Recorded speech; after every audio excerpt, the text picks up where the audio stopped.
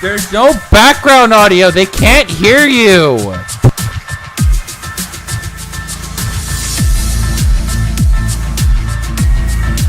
Oh, thank you. Thank you. I wanted to take a crack at it. It took me a whopping 30 seconds.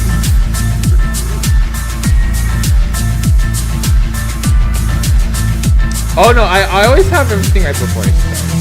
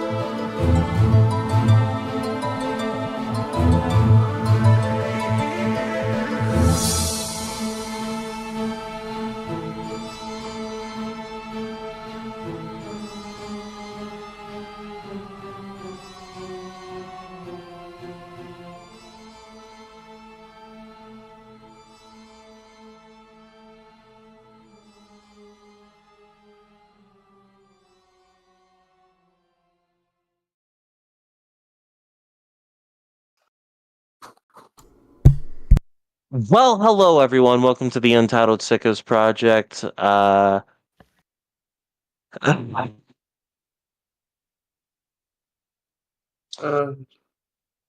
We have a little update to announce, but before that, I am Bears fan alongside my wonderful co-host. Hello, I am Nickman. I hope you enjoy the thumbnail. Not gonna be the best part of this stream, but don't worry. You'll see that in a little bit. I am Juggerbear, and I disavow what will happen next. My name is Carsausage, and I ask of you, the audience, your forgiveness for what is going to happen, what will transgress, and what I will ultimately be at fault for.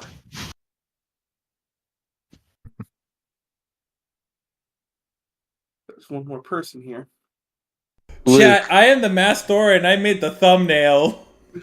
We're all very proud of him. It took him. It's an incredible thumbnail. I've played hours making it. Grade, please congratulate him.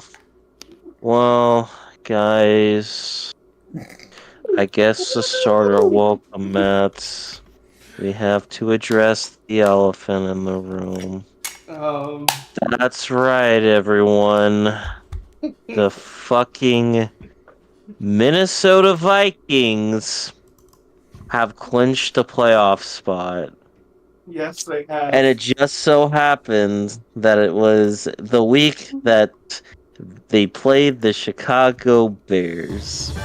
So this makes whatever is going to go on even more. He's gonna read fucking smut. I can't take this shit anymore. Get started with the fucking shit. Yes, and now, my dream McCown / Darnold scenario. By deleted username. It's the last preseason game. Sam Darnold, who stepped in at the end, threw for 2 touchdowns and no interceptions. In the locker room, Josh McCown went right up to him as they were about to step into the showers. "I gotta hand it to you, kid. That was some impressive stuff," said McCown. "Thanks, but it's really all thanks to you," replied Darnold. "You helped me out so much. I couldn't have done it without you." "We're in this together, Sam. Don't forget that." Darnold looked nervous. All of a sudden, he gulped. "Josh, I've been meaning to tell you something. I don't exactly know how to put this." McCown smiled. "Don't worry. I know. You've been seeing my daughter." Darnold looked shocked. How? Wait. Did she tell you?" "No, but I could see the twinkle in your eye when you first met her. And she always gets a little distracted when I mention you at the dinner table, gazing in the distance." Darnold froze. "And don't worry, Sam. I'm not mad. Don't you break her heart, though." Darnold laughed. "Of course not." McCown started to walk into the shower. He took his jersey and gear off, revealing his beautiful, chiseled abs. The sweat on his chest glistened off the locker room lights. On top of that, he had arms of a champion, and even his shoulders looked gorgeous. Darnold started to blush a little bit. McCown stopped, and without turning around to look at Darnold, he said, "You know, I can see why my daughter would fall in love with you. Darnold blushed even more. What do you mean by that, Josh? Oh, Sam, look at you. Those arms, those legs, your confidence. You're hard to look away from. Darnold was speechless. McCown turned around. Sam, why don't you step into the showers? You must be sweating in that hot uniform. Josh, Darnold replied. Just what are you saying? I think you know exactly what I'm saying, Sam. Darnold stepped forward and removed his uniform too. He stood nervous in the showers, waiting for McCown to fully undress. McCown lowered his pants. His lower body was even more gorgeous. His tight legs and supple thighs almost glowed under the lights. However, it was impossible to look away from his penis. It had to have been the biggest Darnold had ever seen. I know, Sam. I'm no Nick Foles. No, it's perfect. There was Darnold. With a quick sway of his hips, McCown swung his schlong in a loop, drawing even more attention to its glory. There's more than one reason that when people mention McCown, they also mention helicopters. Now be a good backup and let me kiss you. Darnold was blushing, but his eyes were full of lust. Am I dreaming? He thought to himself. Either way, he was begging for that dream to come true. Carsausage, what have you wrought? But wait, said Darnold. We're in the middle of the showers. All the other players will see us. McCown laughed. Sam, nearly all NFL players are a little gay. We get paid millions of dollars to bump and rub against sweaty, strong men. It's hard not to be into it, yelled Justin Jefferson from across the locker room. Darnold could no longer control himself. He rushed forward and planted a kiss right onto McCown's lips. He quickly was embarrassed, thinking he was too forward. But McCown just smiled and pulled him back for a more intense, passionate kiss. It was pure ecstasy for the two. After all the waiting through training camp and the preseason, they could finally express their lust for each other. McCown stepped back. Now, why don't you find out why they call me Pound Town McCown?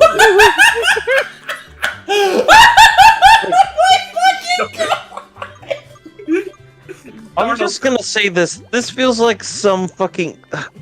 The way that this is written, it sounds like we're in a fucking cuck chair watching this happen. And I don't like that.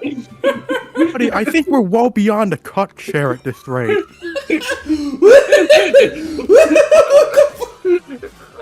Darnold couldn't contain his enthusiasm.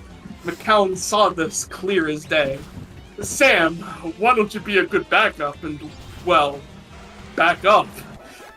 Darnold was suddenly a little nervous. What if he couldn't handle himself? Would McCown be mad? He didn't have too much time to worry before McCown asserted his dominance and penetrated, while also providing a reach around. It's important to be a team player, McCown said. Darnold took it like a champ. Turns out that Lamar Jackson was not the best receiver in the 2018 draft after all. After several minutes of overwhelming bliss, both arrived at a climax together with the most powerful orgasm they had ever experienced. Darnold suddenly was a little nervous. What if your daughter finds out? McCown smirked. This What does your daughter have anything to do with this? This is horrible fanfic. This means nothing. Sam Darnold isn't fucking Josh McCown's daughter. No. Fucking Sam Darnold isn't fucking Josh McCown's daughter. This is some whack-ass fanfiction. This is L fanfic. Like, I've seen better shit on Wattpad. McCown smirked. This'll be our little secret. Just you and me and the entire Vikings roster. When Darnold was beaming, he blurted out, "We need to do this again sometime!" McCown put his hand on his shoulder. "I'll kiss you for every touchdown you throw." And that, folks, is why Sam Darnold threw for 60 touchdowns and led the Vikings to the Super Bowl. The end. Carsausage, I want you to be honest with me. What? Did you write this? No! A part of me wishes I wrote this. And this was just a fanfic that got fanfics banned from the U-Tree server? Yes, this is the one! This is the one! Oh my god. Oh. I hope you, if you could direct your attention to chat, you can see a live reaction to not just me, but yeah. Is Ren in chat right now? No, don't worry, don't worry, he's not here. Don't worry. Iris.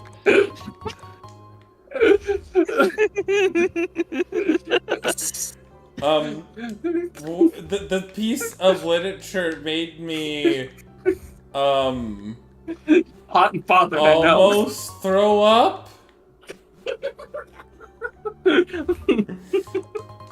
Oh, grow up, be a man. You've had sex before. Yeah, it's kind of true, actually. Well, Kind of true. well, What do you mean, kind of true? Hey. You just don't kind of have sex. No, Kinda.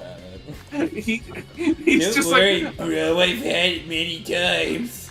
he was just like, oh god, I think I might maybe sorta come. well, if you want to know my honest thoughts on that, hold on. You want to know my actual honest thoughts on what I just heard? Well, that fanfic sucked. Time to jack off. Oh god.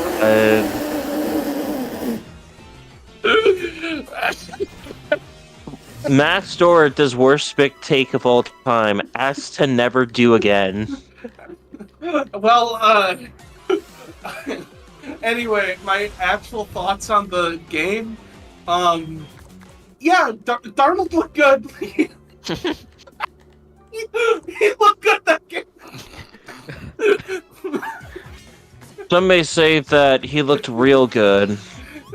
I hate that I'm playing into this. I hate this bit. I hate how this was a punishment for Spencer.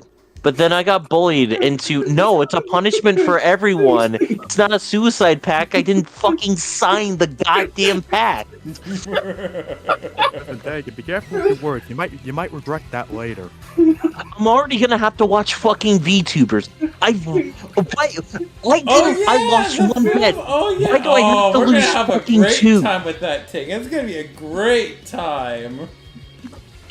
It's gonna be a great time. Oh man, I can't wait. I can't wait. Oh, this is a brilliant idea. No. Honestly. And a Carsausage in a pear tree. He's gonna fucking have me watch Project Melody or one of those fucking Gooner VTubers. Dude, that's not even on the list! And she's What? Shoujo! We're going to Hololive! Yeah, he's not gonna expose you to the, like, titty streamers, like the... Not even gonna give me the satisfaction. That's fucked up. You're welcome. Well, honestly, you're kind of a pussy if you don't jack off to it. What the fuck? Dog. Alright, maybe that... We have have several sins I need forgiveness for. Yeah, I think 5 Hail several is Marys. understating it. I think several is very much understating it right now. Yeah. We just exposed chat Anywho, Luke. to, This I'm not sure this was ever in a Marvel movie, by the way. What? The whole thing. Keep it Marvel movie. Safe. Well, I guess we crossed that Deadpool. line for, The Deadpool sex scene. But the thing about Marvel movies is we're only able to do it once. No, we can it's fucking like we can do Marvel movies because Deadpool's a part of the MCU. Yeah, that's true. We can. Why would we want to? Yeah. Why would we want to fuck a movie, chat? Can we? Anyway, I believe there's a whole nother perspective to the Vikings-Bears game. Yeah, I have a perspective I want to say about the Vikings-Bears game on Monday Night Football. Well, that game sucked. Time to jack off.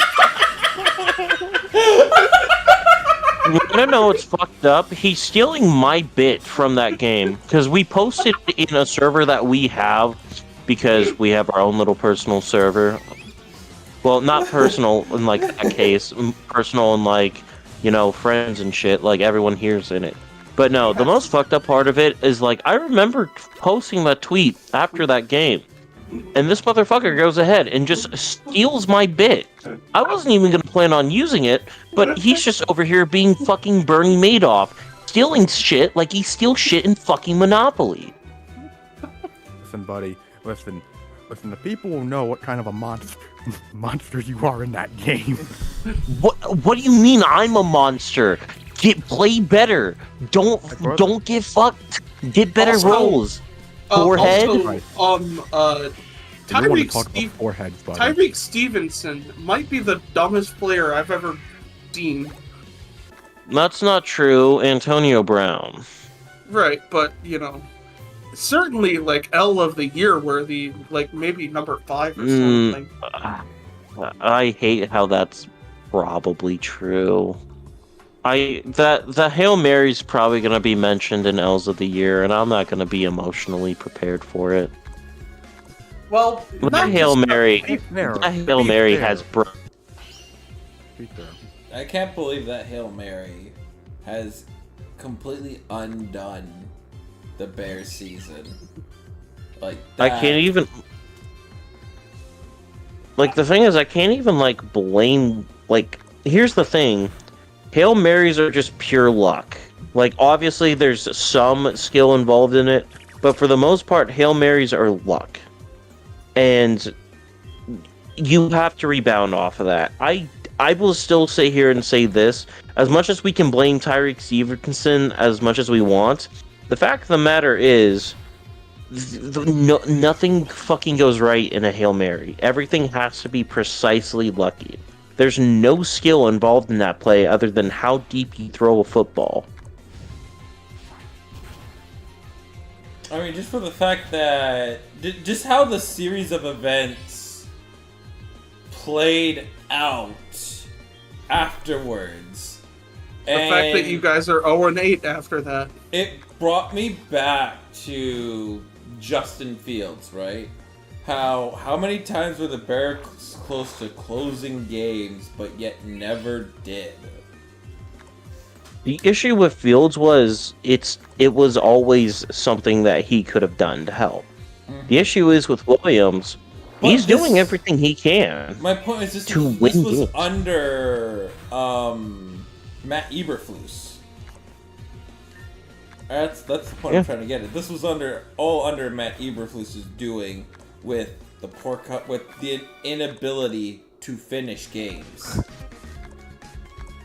It might be right when the moving on from Matt Eberflus, I think would be a better thing, right? The Bears are probably just gonna punt this year away, right? Oh, like, we already are. Yeah, we already have. You're flat out punting away this year, and you know you just look at on top of just what we have seen, just in general from the Bears is I think once they get the new coach. If there still is an inability to finish, I mean, everybody in that locker room needs to just get slapped with a giant foam hand and going, "What are we doing?" Look, I'm just... You know who doesn't have issues finishing? No, spurts. Spurts. Anywho, I just wanted to mostly say about that, like, I want to try my best to justify what's going on, but the simple thing is, they let that defeat them. There's no ifs, ands, or buts. They absolutely let that let that define their season 100%. And simply put, they have no one else to blame but themselves. They should have fucking learned. They should have fucking recovered. Yes, it's hard to do that because at one moment you're at the top of the world, at the other, it seems like everything's just out to get you. And I get it. It fucking sucks. But the issue is, they had plenty, and I mean plenty of time to fucking get their shit together.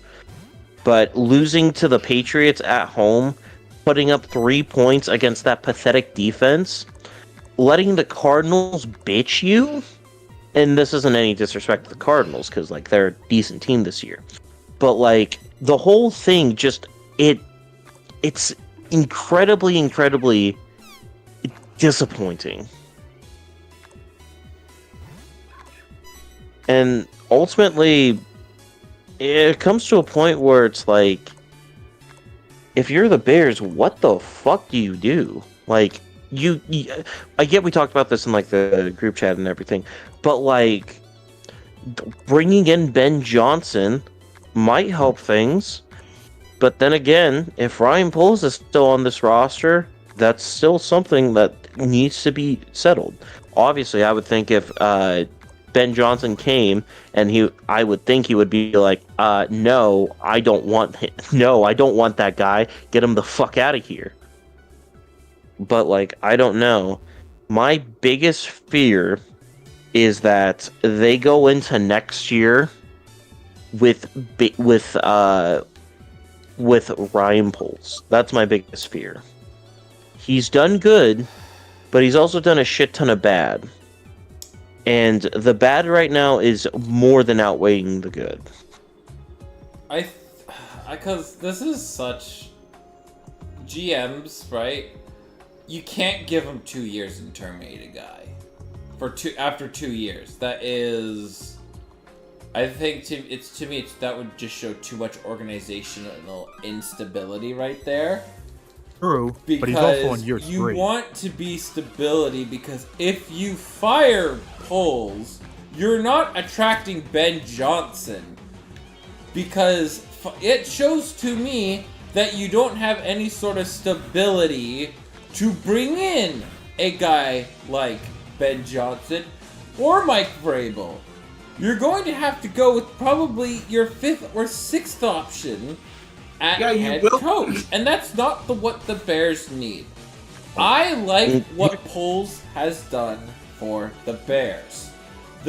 That trade, when they sent away the 1st overall pick, and they net returned the 1st overall pick right back, is some good wheeling and dealing, if you ask me. What the Bears need is coaching. They've been, you know how people in Overwatch, when they say GG tank diff, every single Bears game has come down to coaching, where it's GG, coach diff. That's all it's come down to for the Bears this year. They need a coach. If Poles whiffs on the head coach, he's gone. Right? But you're not gonna fire Poles. That would be the worst decision the Bears could make. That's the thing, though. That's not the worst decision they could make, because in my mind, this is repeating the cycle. You keep guys way too long. You want to know something that they did? But Taegan, that's what they did. This is what people did with Fields, though. This is what people did with Fields all the time. They're like, give him one more year. This is what we need. And you want to know the one thing that they did right during that tenure? They got rid of him instead of picking up the 5th year and making sure he worked. They let him go before they could just continue to let that eat at him and be like, we got this, we got this. We kept Matt Nagy around too long. We kept John Fox around too long. We kept Mark Trestman around too long. We kept fucking, we let people stay around for way too long. Jay Cutler was absolutely washed after 2015. We kept him for one more year instead of trying for quarterback. Granted, that quarterback class was kind of weak, but still. Why you kept Jay Cutler around? You could have still just gone out and tried to find someone else. bring in someone new. The Bears continually go in the same direction. Like, Now, hang on a second. I'd like to protest these charges because I don't think the 2016 quarterback free agency was necessarily that good. Like, it's easier to say, hey, we need to bring in something better, and then you spew, and then you say, you give me, here's this quarterback, we're gonna start. The quarterback market is so hard to upgrade from, right? Look at, again, example that the position that the Seahawks are in. We're not in a good position, right? We're too good to tank.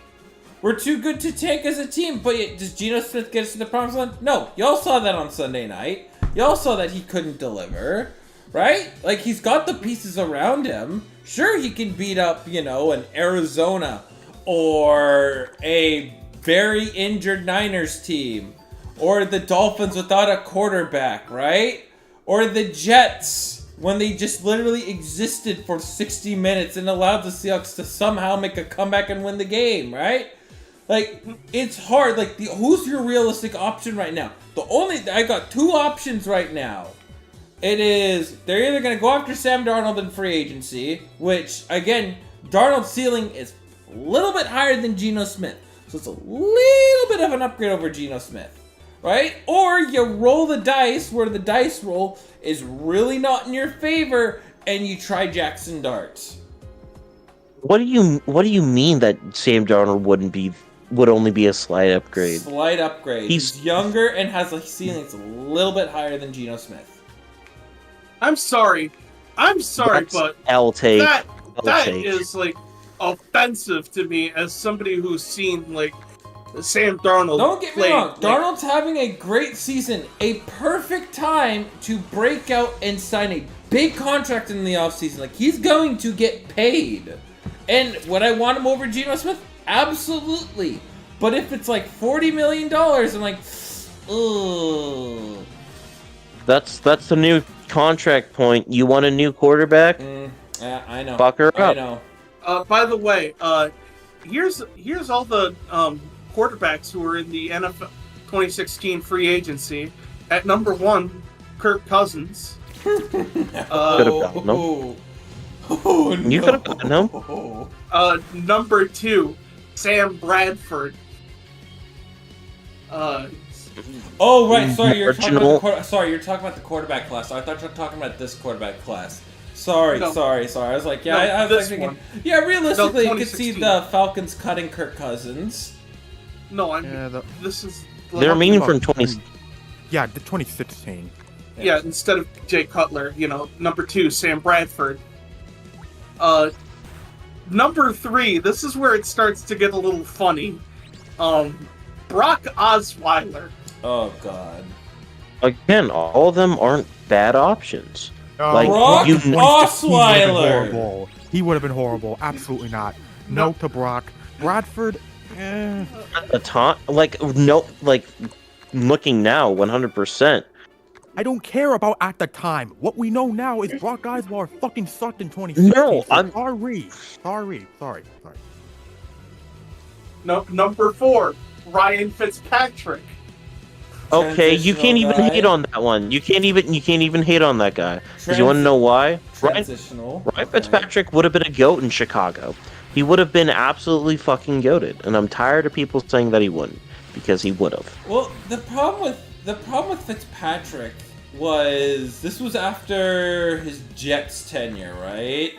This would have been after his 2015 season, and The- Yeah, he had one Breakout ring. or the downfall? 2015 was breakout. Okay, the 2016 breakout. was the Okay, downfall. Because if the illusional breakout, I mean, if you looked at it this way, Fitzpatrick would have been a really good transitional piece if the plan was still to eventually if they still probably would have gotten Trubisky, right? I think Fitzpatrick is the good transitional guy to eventually nicely transition into Trubisky if that is still the path that they went. No, I think that's probably the path they should have. That statement is the only statement that I consider to be fair. I think Fitzpatrick at that time was purely seen as a transitional guy. But after kind of like a little bit of a breakout, you're like, you could roll the die and see that there's something there. That at the time I would say would be considered an upgrade over Jay Cutler. That's a fair argument. And even then, you look at it as somebody that has a career breakout and could mentor a young quarterback that you could easily transition to. Yeah, and then we don't sign fucking Mike Glennon. Mike Glennon. That's- I don't know what this Hang is. on. Signing with At Mike number Glennon. 5, we have RG3. Again, that's not a horrible option at the time. I mean, looking at that right now, he's the same guy as Fitzpatrick. He's a guy that could develop the young quarterback because he's been in that situation before. He's not in where he used to be, but, you know, he could still move around a little bit, relive some of the classics. My entire thing is- only concern was his injury. He was injured Right. consistently and Literally, lost a lot of his mobility. Let Like- me put this into context. Literally the first game that he played for the Cleveland Browns after he signed the contract in 2016, he injured his shoulder and was pretty much out for the rest of the year. True. Yeah, it's No, my thing is, my point is the Bears keep on for guys for way too long. well, the thing is, Justin Fields, you gave a fair chance. Justin Fields Right. showed, and again, this is why you can't go off of quarterbacks too soon or too late. Justin Fields was the right time. You're like, you know what, Justin? You know what? We're gonna give you a fair chance. We're gonna they drafted an offensive lineman with their first pick. We're gonna protect you better. They got a receiver for him. They said, you know what? We're gonna give you another chance, and we're gonna give you pieces to help you. That was, I will still believe, was the correct move. That was the right agree. move, right? I agree. And then My thing is, he didn't do well so the following year. So guess what happened? You traded him away. yeah, that's the thing though. The Bears don't often. The thing is with the Bears, they keep guys for way too long, and that's the thing that I've been trying to say. But I And don't that's the think they thing that kept really Justin pisses Fields me for off. Too long. Like again, to me, at first, if you take a quarterback in the first round, you try to give him every single opportunity to try and succeed. I am a firm believer you need to give him at minimum 30 to 40 starts. If they show splashes of something, there's something that you can build upon, something that you can show, right? Like it's to me, Trubisky, I can argue you kept around for too long. I think Trubisky you kept around for way too long, and then your options that you brought in to try and compete weren't real options. But you know who you would blame for that? Ryan Pace. That's not Poles' fault that you kept Trubisky No, around. because Poles brought in the stuff for Fields to quote unquote succeed with. I will comment on this. Let me say this regarding that. I think Trubisky through 2020 was, like, I was fine giving him that time, because I don't think we were going to get much better after 2019 in terms of the market around that time, and also simply put, 2020 was the year to see if he still had anything left. He didn't. We moved on. That's fine by me. The mistake that was made from that 2020 season and going into 2021 was keeping Nagy in place too long. And that's my point that I was trying to make. It's not just quarterback, it is head coach. And you want to know what they did with Matt Nagy this offseason? They kept him. I And think that's they the should have one- fired Matt Nagy then. You're absolutely right. Yes, they've kept Nagy Yeah, for and they too did long. it with, but and they did it. My point is, it's a pattern. For They this- did it with Fox. They did it with Nagy. Like that, they do it. Wait, That's all they do. I thought Fox was kept around for 2 years. He was For kept around three. for 3 years. Oh, yeah, that's 2015 Here's to the thing. 2017. They kept him for 2017, and then Fox was like, okay, I'm going to draft a defensive player. Then Ryan Pace out of nowhere goes, nah, we're going to draft a QB for the future, and absolutely fucks up his entire plan. Oh, I just saw number 6 on this list. You know who comes after RG3? Who? Who? Brian Hoyer, who Bear signed legend. with the Bears. Bear legend. Yeah. But the thing about, like, we can sit and be armchair GMs all they want, right? But I think with this current regime, right? Talking with Ryan Pace here, I think they've done a good job. They said, you know what? They gave people, I think, the right option to show stability. You give them second chances, and then you look at that. What do you know? These aren't the right guys, and then guess what happens? You've gotten rid of them. I think, yes, you have a point. They kept John Fox way too long to not show results on. Matt Nagy was kept around for way too long. Absolutely, I agree with that, right? But the reason why you do that is you show that you have organizational stability. And I think that is more important than do the quarter coaching and quarterback shuffle. Because that's what the Cleveland Browns have done for many years, and it never worked. I prefer an organization, especially if I'm a top flight head coach, to show stability. And if Brian Poles hits on this option, you guys are going to be a very stable, well-run organization if he hits on the coach. What do the Bears need more than anything? It is coaching. But when was the last time the Bears have had a good coach like that? It is Lovie a Smith. flash of Mark Trestman when he flashed for a small period of time and then flamed out just as fast. I mean, here's my thing. You want to hear my honest thoughts on this situation? Because simply put, my honest thoughts are quite simple. Because from how I see it, from what I've heard, and granted, this is just going off what what Mr. Sears Tower has to say, but simply put, if whoever Ben Johnson wants in that front office, that will be who's in the front office. That's fine by me. What Ben Johnson wants, I'm fine with that. Because simply put, I want Ben Johnson coaching this team. And also, just to make it very clear, I don't just want Ben Johnson coaching this team. Whoever he wants to work with. Because that's what will encourage him to want to take the Bears' job if he wants to say, I want to work with Foles, or I want to work with this guy, which would probably be someone from the Lions organization, which, many years ago that would have been a bad thing to say, but right now that would be a great organization to take influence from right now. You bring up that point, and I think it's an excellent point because I remember the Bears fucking themselves out of Bruce Arians because they refused to let him hire his own assistants. Mm-hmm.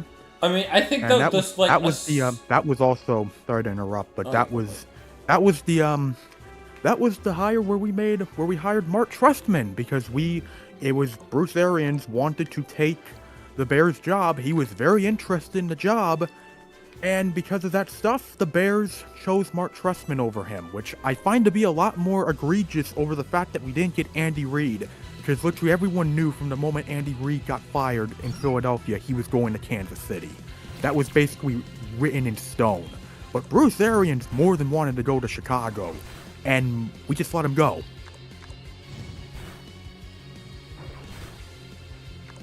I mean, Bears. I think it's very simple. If the Bears need to do something, I've never seen this organization do. They gotta crack open the checkbooks for the coach.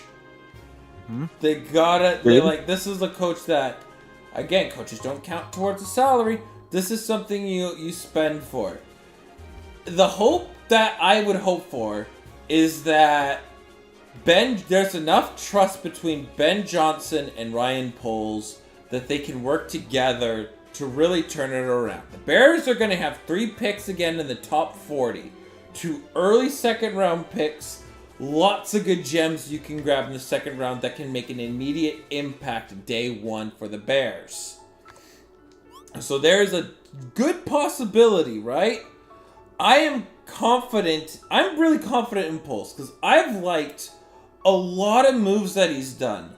There's a lot of moves that he has made that have really helped the Bears look a lot better. And they are a better team with them on the roster than off of it. They are a couple pieces away from making a big impact. The thing that I'm really concerned of is as Bears fans, are you okay with baby steps, or do you want to just jump to the next few levels? Because that's where I feel like the Bears fans have had a very high expectations for their teams without making the moves, without just going 500 first. I've seen Bears fans The Bears were expect playoffs, but they haven't been 500 yet. The Bears were a game away from 500 last year. To be fair, they were one game away from 500. Yeah, but it just feels like some people in the Bears fan base expects this team to sprint before they've learned to crawl. That's reasonable. I've noticed that a lot on Twitter. Like, I've seen a lot of it going, like, we're going to the playoffs. All these teams in the NFC North, they're going down. And you know, like, the meme I compare it to is what I used a lot to clown the Los Angeles Angels. Where it's, what is the difference between you and me? And it's Mega Mind going, expectations, because you know he says presentations. They go, it's the scene. He says expectations, where they expect playoffs, but get a rock. By the way, just a quick one for Adam. If you somehow stumble upon this, I guess that prediction didn't end up going too well. Spencer, womp womp. Please tell me you're talking shit to him in the DMs. Oh my God! Please. No, this is the first time me saying something. Oh, dude, you need to go in his DMs and be like, guess what, Grr? You were talking trash to my team in the DMs. Where are you now, bud? Where are you now? It's getting real quiet over there. I think a quick eat shit and die will suffice this time. Good. I will just say, though, just my outlook with the Bears, obviously it will be what happens in free agency and what happens in the draft, but that is, we have not reached that point yet. That is in the off season. Right now, I feel like the main focus is, okay, what happens with the coaching staff? And simply put, regarding the coaching staff and any of the conversations that could be had with the front office, my basis is quite simple. I want Ben Johnson. And if you can't get him, well, still find a way to get a strong coaching candidate into Hollis Hall. Find a way to get them, preferably Ben Johnson, of course, but find a way to get them, and whatever they feel comfortable with in terms of making Caleb Williams work, making this team work, making this organization work, whatever they feel comfortable with, you have to make it happen. Because if there's any time for the Bears to really go all in on a coaching hire, this offseason is the perfect time for that. You want to go all in, just not in your ass. True. Mm-hmm. Very true. So, and please, for the love of God, don't do what I worry you're gonna do, and be like, well, the Browns looked somewhat better with Jameis Winston and Joe Flacco. Why don't we get Ken Dorsey to be our next guy? To be fair, I thought you were about to say Cliff Kingsbury. I don't. No. If Cliff Kingsbury becomes the head coach for the Chicago Bears, I will make a very long-winded rant on Twitter.com. I really thought you were about to say, become a free agent fan. I mean, I think that would I'm work just saying, too. the houses in Alaska would be selling very well. I mean, at the end of the day, for the Bears, if you don't get Vrabel or Ben Johnson, you're done. That's it. Like this is the no, You're not going to Joe go anywhere Brady, with the you're- McCaskies running this team. You fair, sit there's here a- like Joe there's Brady other wouldn't strong- be a good pick. There's other strong candidates here, like I'd say, like a Joe Brady, a Liam Cohen. It's just they're not up to that level, and obviously I want the best candidate. It's worth noting though, and this is just from all like the info I've seen regarding the situation. I don't see Mike Vrabel going to Chicago because I feel like there's just other situations that probably interest him more, and he also and granted, this also kind of applies to Johnson because it's been said that Johnson's input will have a direct effect on the front office and their positions going forward. But Vrabel wants to go to a team where there will be front office stability, and ownership definitely believes in him because it's been well documented that Vrabel was pretty mad at the Titans front office in those final years, which seeing some of the moves the Titans front office made in those final years, pretty understandable why. Wait a second, front office stability? Oh god, he's going to the Cowboys. Didn't they say Mike McCarthy? I don't. Didn't they confirm Mike McCarthy to be back already? No, not confirmed or anything. Jerry just hinted at it. Granted, it would be really funny. It would be really funny if Jerry brings him back because that would mean he would have to give him an extension. Oh, contract year. Oh, okay. Also, I did want to say real quick, there's another reason why I don't think the Bears might cut Poles loose, and that's because Poles' contract is almost up.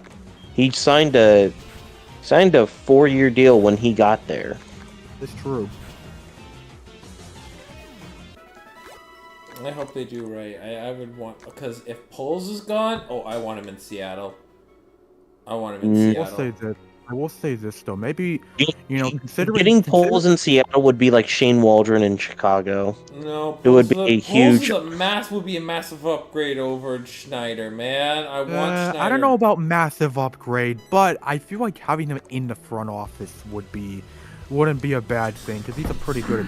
He was a great assistant GM. Just as a main GM, Poles is going to have a lot of uncertainty going forward. But I actually do want to take this topic and kind of expand it a little because I've actually been wanting to look at like the hot seat rankings of like coaches in the NFL currently. I think that would be pretty nice to look at because season's almost over and I feel like we could have a lot of interesting dialogue from that. Absolutely. All right. Real quick. Go hottest? Real quick.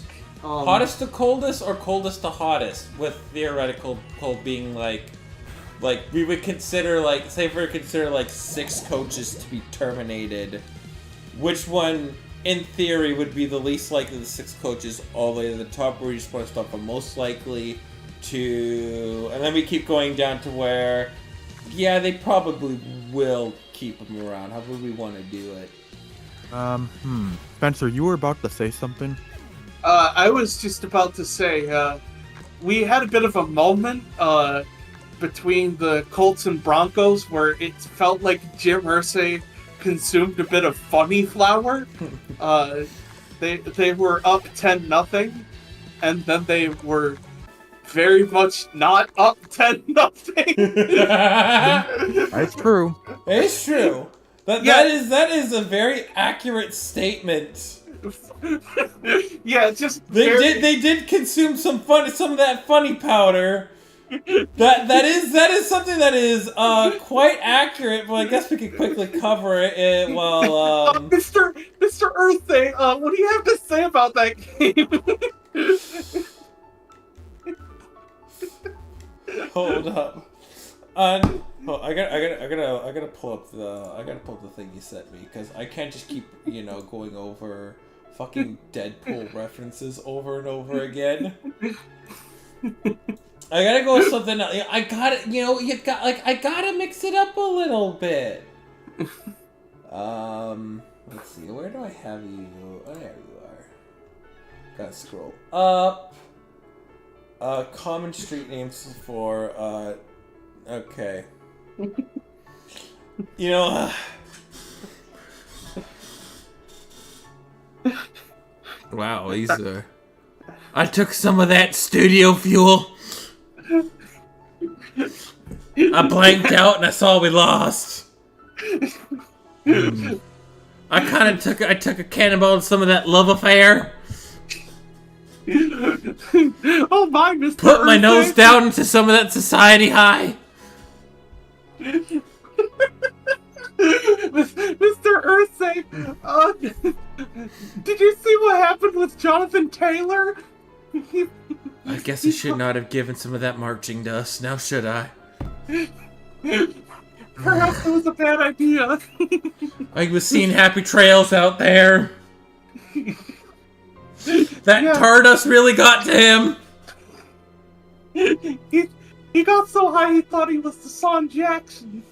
He threw it to the wrong... Why did he do that?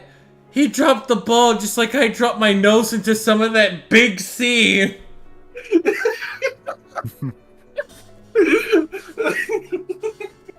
Boulders say in the big sea. Just like I put my nose into some of that King's Habit. It's okay, you got... The Colts are still alive for the playoffs. Man, I gotta put my nose into some of that stars. We're gonna need some of that star-spangled powder to win the next game. What the fuck is that? Now, intern, give me more of that gold dust, baby. Here you are. Thanks. Oh, that is some good marching dust.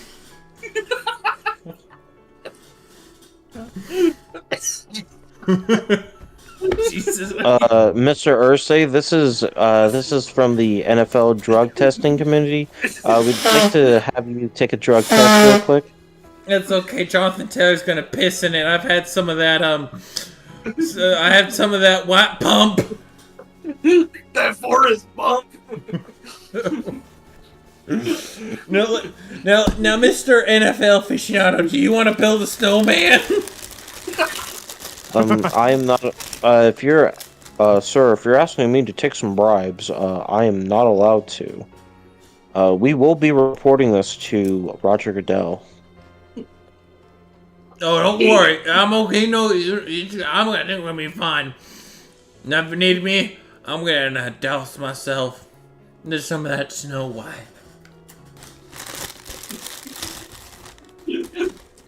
Bravo. Bravo. Okay, there we go.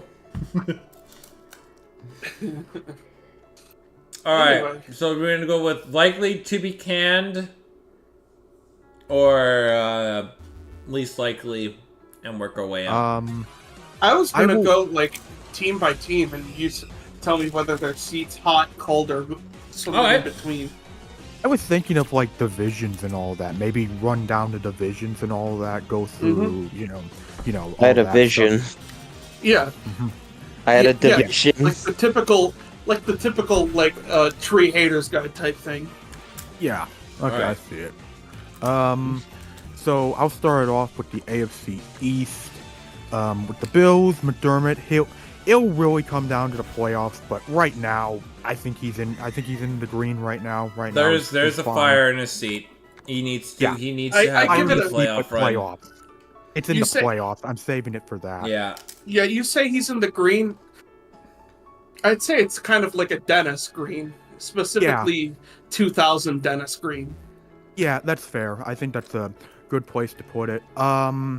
Moving down the standings. The Dolphins, McDaniel. That seat's getting warmer. That seat's on fucking fire. He's done. Yeah, I they might agree. they might actually replace him with you because you just look so much like him. He's not Now- Filipino.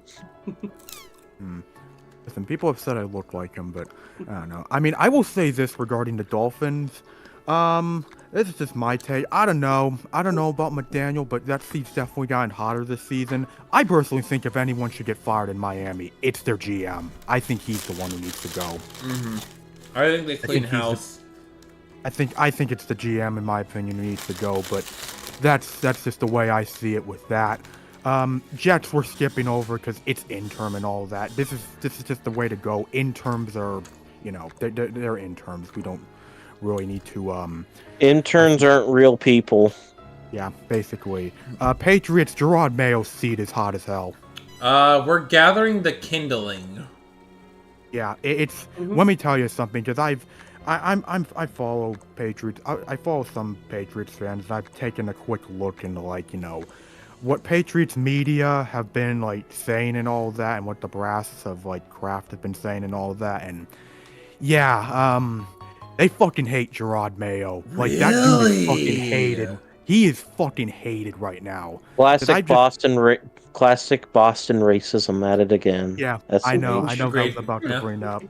But the thing I've seen is just it just seems like Gerard Mayo just isn't ready. He's out of his element as a head coach. And I think the thing that's what's probably driving it with probably him and his current status right now is more the fact that, well, you basically took a guy who is basically a positions coach, not even a coordinator or anything, a positions coach, and you made him a head coach. And I think that's kind of probably what's part of it, driving the whole thing towards Gerard Mayo and his current status with New England. Also the fact that, he's the one replacing Bill Belichick, and that's going to only add more pressure to it. I don't think New England's going to can him unless Robert Kraft feels if I want to bring in a better version of Gerard Mayo, I'll just hand over the big bucks to Mike Vrabel, but I don't know if Kraft would do that. I find that the Patriots are in a quite unique position.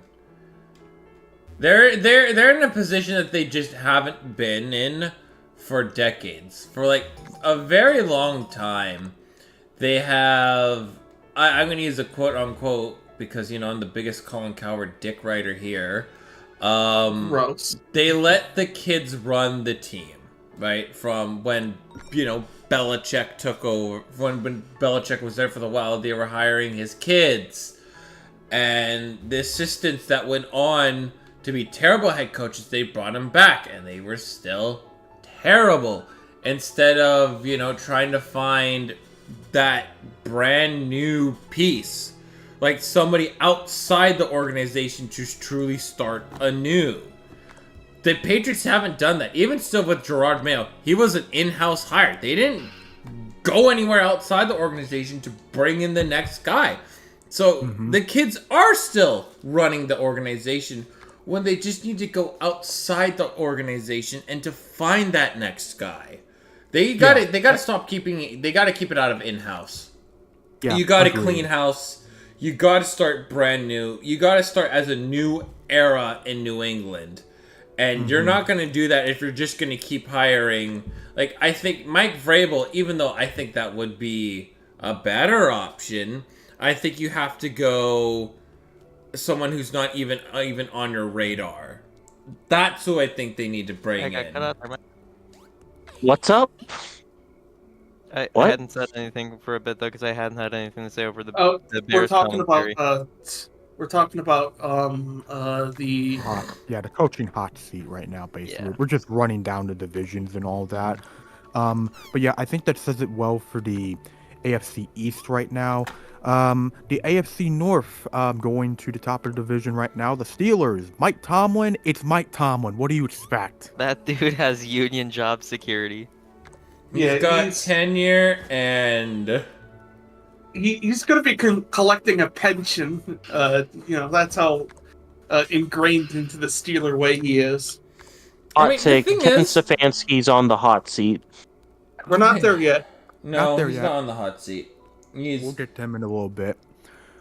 But regarding that, yeah, Mike Tomlin is Mike Tomlin. You know what you're getting with him. You already know how this always goes. One that might being say said- the standard is the standard. It's true, the standard is the standard. With that being said, though, I think some of the comments we made about McDermott and McDaniel, I think they perfectly apply to John Harbaugh right now with the Ravens. I think they really do apply with him because personally, I kind of feel John Harbaugh's seat is a little hotter than people would maybe predict. Oh I yeah, think it's on the same line as Sean McDermott. Like, can you imagine? Just imagine the stakes here. If it's Baltimore versus Buffalo in the divisional round, and put to the added fate that one of the losing coach gets fired. Real loser goes home match. Yeah, I mean, this is my take, honestly, in terms of this is granted. There's a part of me that thinks they wouldn't do this because the Ravens have been an organization that shows a lot of stability in terms of who they keep around, in terms of the front office and the coaching staff. And granted, a lot of that has led to stable results for them, so I can't exactly blame them.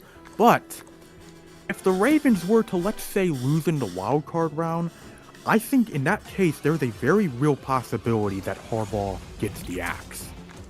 yeah. Personally, yeah, I think pretty much the thing is Harbaugh has run out of excuses in Baltimore.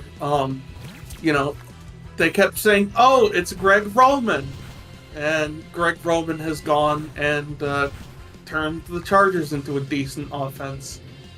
Oh, but clearly it's no. Lamar's playing at an MVP level. Yeah, and also Lamar's healthy right now, which I think is kind of the thing that's, really kind of hit the Ravens in 2021 and 2022 as well. Lamar wasn't playing at an elite level, and he also wasn't exactly healthy. Well, right now he's healthy, so what excuse is there now? So that I think plays, more of a factor here for John and all that, and I mean, if the Ravens have an early exit, then yeah, it's not gonna be, it's gonna make things very hot in Baltimore. But speaking of things that are very hot currently at the moment, regardless of how their season ends, yeah, I don't think Zach Taylor's getting another season. Yep, Zach Taylor, probably the worst McVay disciple hire. I'm here to say something completely different. I think the DC gets sacked and they run it back. This is the organization that kept Marvin Lewis for way too fucking long. That is true. I do agree, because let me say this. Lou Anarumo's getting fired 1,000%. Like, that defense has been absolutely atrocious this season. And I do think he has been, if you had to ask me which coach deserves the most blame this season, like a part of the Bengals staff that deserves the most blame, definitely Anarumo. But I also think, personally, the reason I think Zach Taylor gets the axe is because, well, this is a season where Burrow is having honestly the best season of his NFL career. Jamar Chase is having the best season of his NFL career, and you're not even going to make the playoffs because of that. And that's inexcusable. And part of the reason is also because Joe Burrow and Jamar Chase's old friend Joe Brady is on the market. He is on the coaching market. I'm just saying, if the Bengals wanted to keep Burrow and Chase happy, getting him as head coach would be a very wise move. Now, will the Bengals make that move? Well, that remains to be seen. Hey, Further counterpoint to that? You think the Bengals try to get Ed Orgeron? I don't think he's now. I have a further Ed counterpoint to that. Yeah, Ed Orgeron, I mean. Look, what are you saying? If they wanted to keep Jamar and Burrow happy, they would have extended Jamar Chase by now instead of him getting the tag in the offseason. That's true. They would have signed. They would have found a way to keep both of their top wide receivers paid and happy. Other teams have done it. I don't know why they can't do it. They've let top players go in free agency, and they've been pretty good elsewhere. This is an organizational issue. They have found the golden unicorn at the end of the rainbow. And they're going to lose their golden unicorn at the end of the rainbow just as fast as they found it. Because they're no longer, I think after this year, they're no longer that top tier competitive football team that could go on to win championship after championship. Because if you lose, if Jamar Chase just chooses not to play on the tag, who is Joe Burrow fucking throwing to? He's been throwing to. He's been throwing to. T. Higgins might also go down a similar T. route. Higgins is. I'm also assuming that T. Higgins doesn't re-sign because they can't tag them both. Iyoshi. I was gonna say Iyoshi's been having a really good season for the Bengals, and I think a lot of people don't really understand this. But like Iyoshi's been a very solid wide receiver for them right now. Yeah, that's great. And not to say but like he's going... it's because you have also Jamar Chase on the field and he's being double teamed. Right, but You're like having a receiver that great. He can win one-on-one battles, which hey, it's great. But can you win the 2-on-2s when you're being double teamed? If he's your number one target, how are you going to work around that? Because he could be like the Juju Smith-Schuster theorem. Really great number two. An amazing number two. But when he's your number one, he struggles a lot. Right? And there's nothing bad about it, right? It's tough being a receiver in the league when there's defensive coordinators who spend every waking minute trying to stop offense from happening. So, like, again, to me, this is an organizational issue for the Bengals. They have two phenomenal wide receivers who they've already should have been extended long term. This problem pops up because Mike Brown's a cheap ass and a total dumbass who doesn't know how to run a football team. The guy that kept Marvin Lewis around for way too long. Zach Taylor should have already been out of the building the minute Joe Burrow tore his ACL. After that, you're saying, "Oh, it's not the O-line's fault." No, it was the O-line's fault. Zach Taylor should have been gone a long time ago, and they haven't gotten rid of him. He's gonna be in Cincinnati for 10 plus years. And why? Well, he's taken us to a Super Bowl, and that's more than any other coach has done for a year, and we need to be more stable. Zach Taylor isn't going anywhere. His seat is ice cold. I will be stunned if he is fired, because that will be the first right move that the Cincinnati Bungles have done in a long time. As soon as we all started calling them by their proper name, they started being the Bungles again. That's why I'm just gonna say, hold on. Oh, sorry. Actually, go ahead, Spencer. That's why I always sidestep the issue and always call them the Bengals. Bengals. You know, I will say this though. This is just my thoughts. This is just honestly like regarding Zach Taylor. I know this is a hot take. I was fine with the Bengals and keeping Zach Taylor for all these years because, simply put, they made a Super Bowl with him. They were making AFC title games and all that. I think that's fine. I think people are just desperate to try and find the next Mike McCarthy in the coaching market because, that guy got carried by talent. Laugh at him. But the thing with Zach Taylor is he's clearly past his expiration date. Like, all the flaws that Zach has had for so many years that, will hurt the Bengals at times, but granted, it didn't hurt them as much in previous years. All those flaws have built up, and it's really come to fruition of being an avalanche that the Bengals can't avoid this season. And granted, as already noted, he's not the only one to blame for the Bengals this season. Lou Anarumo has been absolute dog shit this season as defensive coordinator. He'll get fired.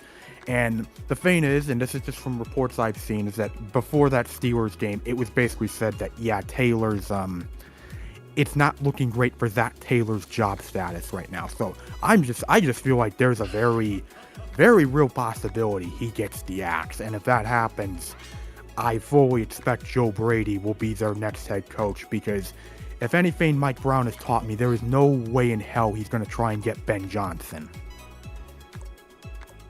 That's fair. Anyway, I mean, I think it's time. The one thing is, it's like, I want to believe that the Bungles are going to do the right thing here. I really do. Mm-hmm. But I just can't, like, it's like that terrible aftertaste at work.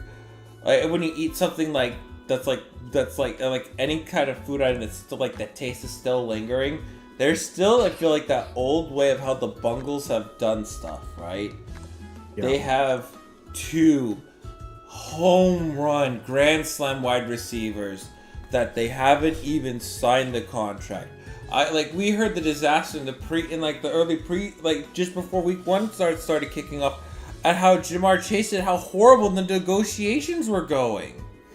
And it feels like they're gonna tag Jamar Chase, T. Higgins walks and signs somewhere else and be's a stud. The Bungles, again, this is, to me, it's too much of your owner's a fucking idiot that doesn't see just this golden egg he has. Right? And over time, I feel like this golden egg is going to spoil and it's going to rot away. Like, this is what the Bungles have been known for. They haven't been known for making the wisest decisions out there. I want them to. Carson Palmer cough. Yeah, I want going them back to do to the right thing. Too. But like, how back close to are we to saying Joe Burrow saying he wants out because this team is a clown show? Like, Yeah, you 'cause see the how team pissed wastes off him. he is on the sidelines. Did you No not can see blame him. the John Boy when he was doing his reading lips? He says, "We're fucking 6-8." He's pissed. And who can blame him? He's playing the best football he's ever played, and they're 6-8. Like, who can blame him? I don't blame him at all. And it's, to me, this is what the Bungles are. This is, to me, like, I wonder if we could literally teleport back in time, watch the entirety of Carson Palmer's career in Cincinnati to see if we can point out the stuff that is similar things that is happening in Cincinnati back then that happened today, because it shows me they haven't learned anything, and that's what pisses me off. Personally, if we were to do that time machine experiment, I'd put all of my money into cryptocurrency, because holy shit. I put all. If I were to go back in time, I would literally drop out of school and work 2 jobs as a 5-year-old to get to make as much money as I can, and just to put it all in crypto, and then cash out at 20, own the Mariners. That's how I would, anyways. Bengals. Anyways. I'd like to think that they're gonna fire him, but no. This is the Bungles. They kept Marvin Lewis around for too fucking long. The seed is to the moldy. AFC South. Yes, anyways. No, wait, to the... hold on. There's one more team we need to talk about. Oh, yeah, sorry. My apologies. The Cleveland Browns. Yeah, The Browns. Cleveland Browns. Stefanski's fucked. It's not his fault, but he's so fucked. The way I see it with the Browns, it's, it wouldn't surprise me if they fire Stefanski. I don't think they should, because who the hell trusts the Browns to make a good coaching hire?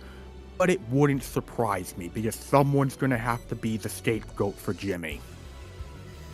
Because, clearly it's not Deshaun's fault that he sucks. Or the fact that Deshaun Watson has only played like 30% of his games since traded over in the past, 4 years. That stat is still true, I believe, that he has more sexual assault allegations against him than he's played games. Oh no. Yep. That's still true? Yeah, I think so. I'll check to make sure. I will, because that would be very fitting for how his tenure has gone, because he played in 7 games this season. He played 6 in 2022, 6 in 2023. Yeah, I think he has more allegations Yep, more allegations That's than games played. 19. Oh my god! And the thing is too, it's like you want to make some sort of drastic change, and you can't cut Deshaun Watson. The rest of his contract is fully guaranteed. He is the only quarterback that's gotten a fully it wasn't the most guaranteed money, and because they restructured his contract, they made the rest of the money guaranteed. No, it was fully guaranteed from the get-go. Oh dear God. Let's pay a guy who hasn't played in a year. That's a smart move. 2 years. 2 years, actually. Yeah, And then a year and a half. And then a year and a half because he got suspended for the first half. if Jim Irsay is doing, like, Bolivian marching powder, like, what the hell is Jimmy Haslam doing? Like, He's doing crack off hookers. Like, what are I like how the Browns, I love how they went from the lovable loser status that they have been known for to, they went from lovable losers to Hitler themselves. Mm-hmm. And then I don't feel bad for this team. This team is gonna not make the playoffs again for another 20 years because Jimmy Haslam is a boob. Boob. Like, you want to know the crazy thing is too? They might lose their franchise player. They are because the going whole to thing lose. about Myles Garrett. Myles Garrett, he has said he doesn't want to be part of a rebuild, and I feel like the only way to get out of Deshaun Watson's contract, you can cut him and be totally fucked for cap space, but to do that, you're trading Myles Garrett too, because you're going to do a full down rebuild again. And imagine telling a Browns fan, hey, you're going to be rebuilding again. Doesn't that sound like fun? At least this year their rebuild took, I don't know, like, it was only how long again? Like from like Baker to right years. Now. I mean, at least it's 6 years instead of every 2 years. That's they've fair. They've been rebuilding since 1999. Let's be honest. Yeah. They haven't built a sustaining success team. They're like as bad as the Raiders still. And the Jags, for God. Oh my fucking God. Those teams are in a... We don't even bring the Browns to the principal's office because they're too busy in kindergarten eating glue. No, they're too busy. They're too busy being in juvie due to the amount of allegations thrown against them via the teachers. And there's a long... They say that they wanted an adult at quarterback, but in actuality, a kid is running this team. Well, they said they wanted somebody who's an adult at quarterback, so they got somebody who's being tried as an adult. And I mean, the one hope that the Browns have is, there was like another allegation that happened that if there's actual wings to this one, I believe they can cut him without losing a single thing. That's the only thing that is going to save the Browns. Is if Deshaun... They have to pray on their own quarterback's downfall, and that is oddly funny for the Browns. Mm-hmm. Like, you're hoping to God that this allegation has some wings to it. Because if there's no wings to it, you're still stuck with him, right? And then the funny thing happens where, hey, we've got rid of Myles Garrett and we're ready to commit to a rebuild with Watson being fucked as quarterback too. Oh, now he gets charged with something and now we can cut him without losing anything. Mm-hmm. Listen, if I was Jimmy Haslam, I would start making a lot of those fucking images from like the fucking Grok Twitter AI vein with Deshaun Watson to try and frame him. Mm-hmm. Listen, someone would fall for that. You're starting to might as well sound like try it. Aiden right now, Nick. You know what? Listen. I'm picturing myself as Jimmy Haslam here. I don't have high expectations for myself here. Yeah, no, that's fair. No, that's fair. Beat Jimmy Haslam, lose 50 IQ points. Yeah, very much. It's like, it's, you know what? Yeah, see, I've already lost the IQ. Let's go. This is horrible. The orb of confusion.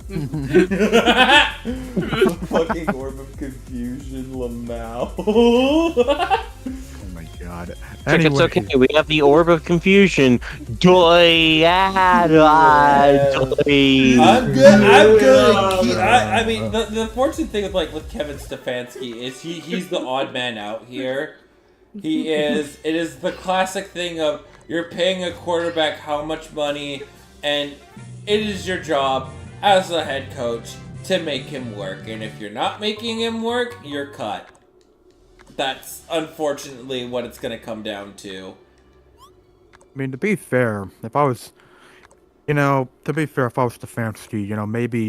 maybe getting freed from this situation wouldn't be the worst case scenario.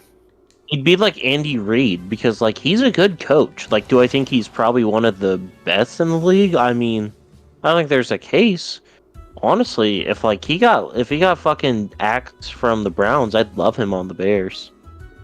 I think he would have an instant market if he would get fired. I think there's a lot of teams He'd that get a would job. give him a chance. Absolutely, he would get a job. I'd agree.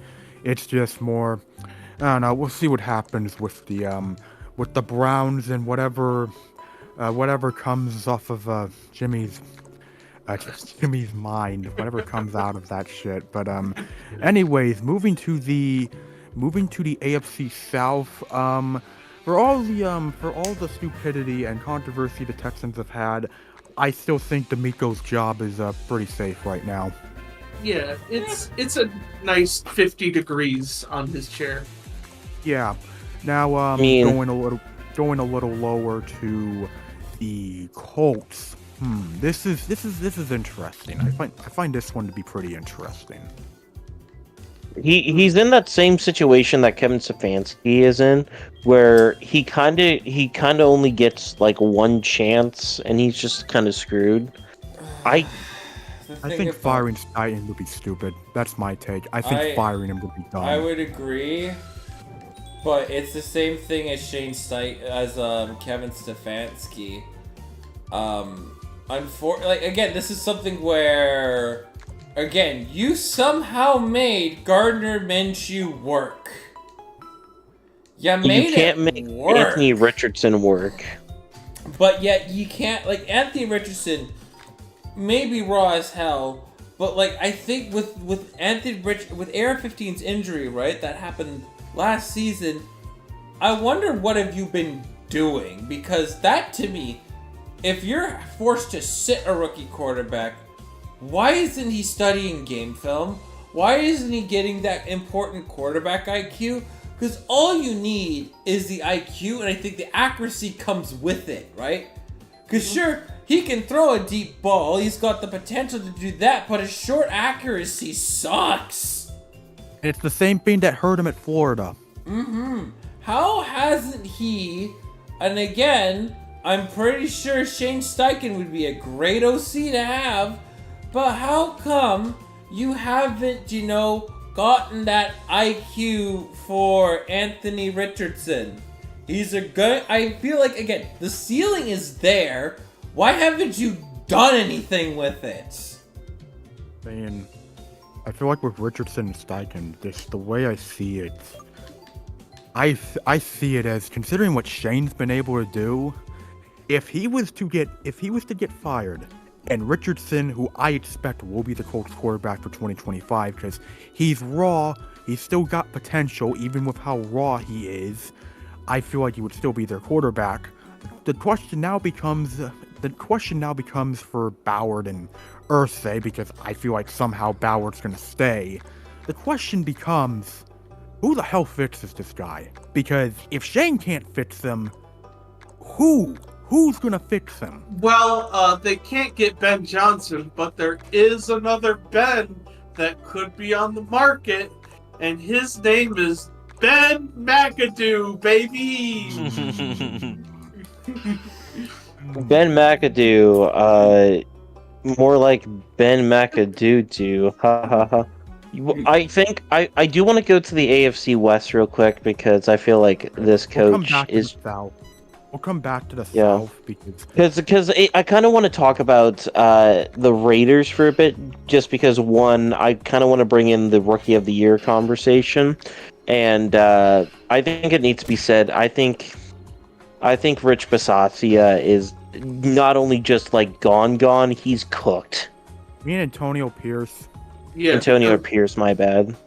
Because Rich Bisaccia is so gone, he's already fired. Mm-hmm. Yeah, I'm just regarding the Raiders as the Vegas man here.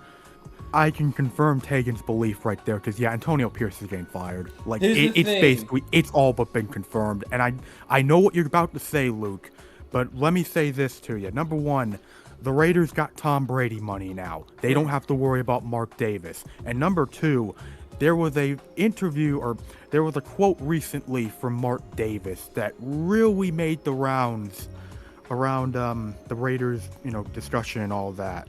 Basically, he was asked about Pierce, he was asked about Telesco, and Davis said they're going to be evaluated separately, which tells me Pierce is gone, because Telesco never hired Pierce, and to be fair, for all his flaws with the Chargers, Telesco had a very strong draft class in 2024, so all credit to him.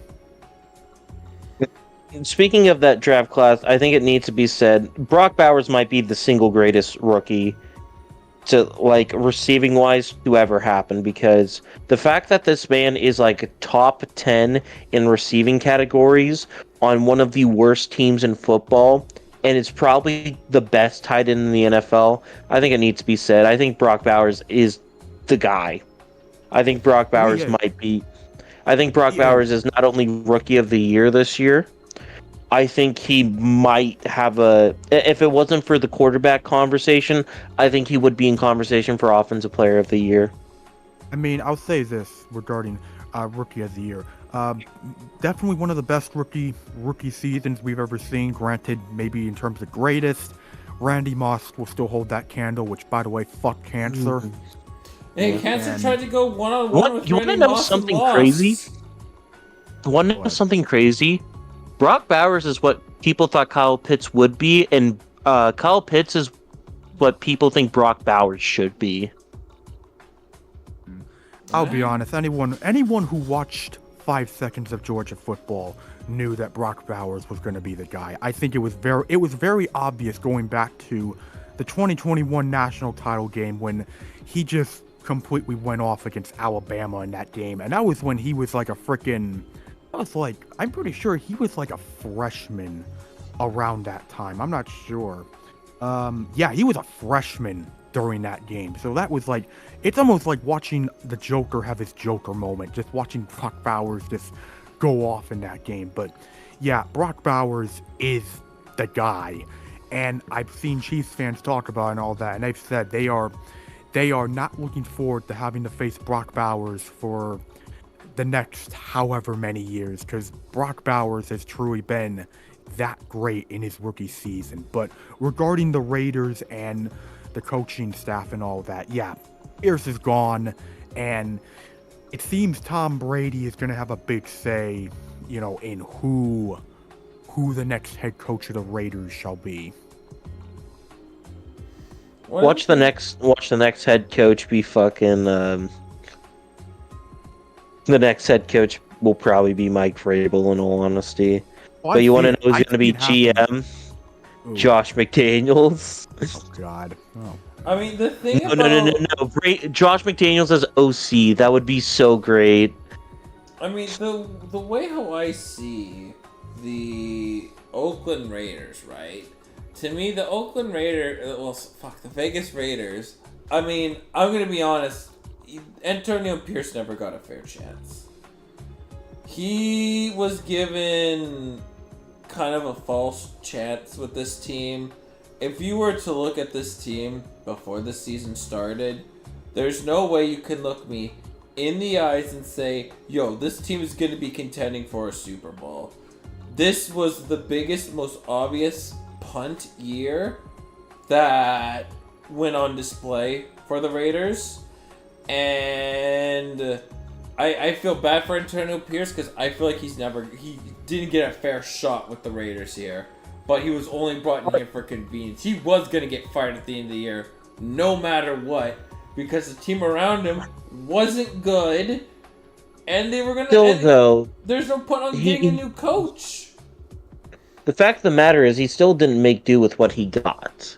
That's a part of the issue. Mm-hmm. The thing with Pierce is this: he's a hype man. He's not a head coach. I mean, I think he can work very well as an assistant, or maybe if he goes down to like college or something, he could find his place there. I think Pierce has that potential. To see him build a college team. I think that would be really good for him. I said this in the group chat that we have. He reminds me a lot of what Dan Campbell was in 2015 with the Dolphins. After they fired Joe Philbin, Dan Campbell was the interim. They weren't a very good team. Dan Campbell was a lot of hype, but, he wasn't much beyond that hype. So he went to New Orleans to work a bit more with Sean Payton to really hone his skills. And eventually he got that job with the Lions where he surrounded himself with football men.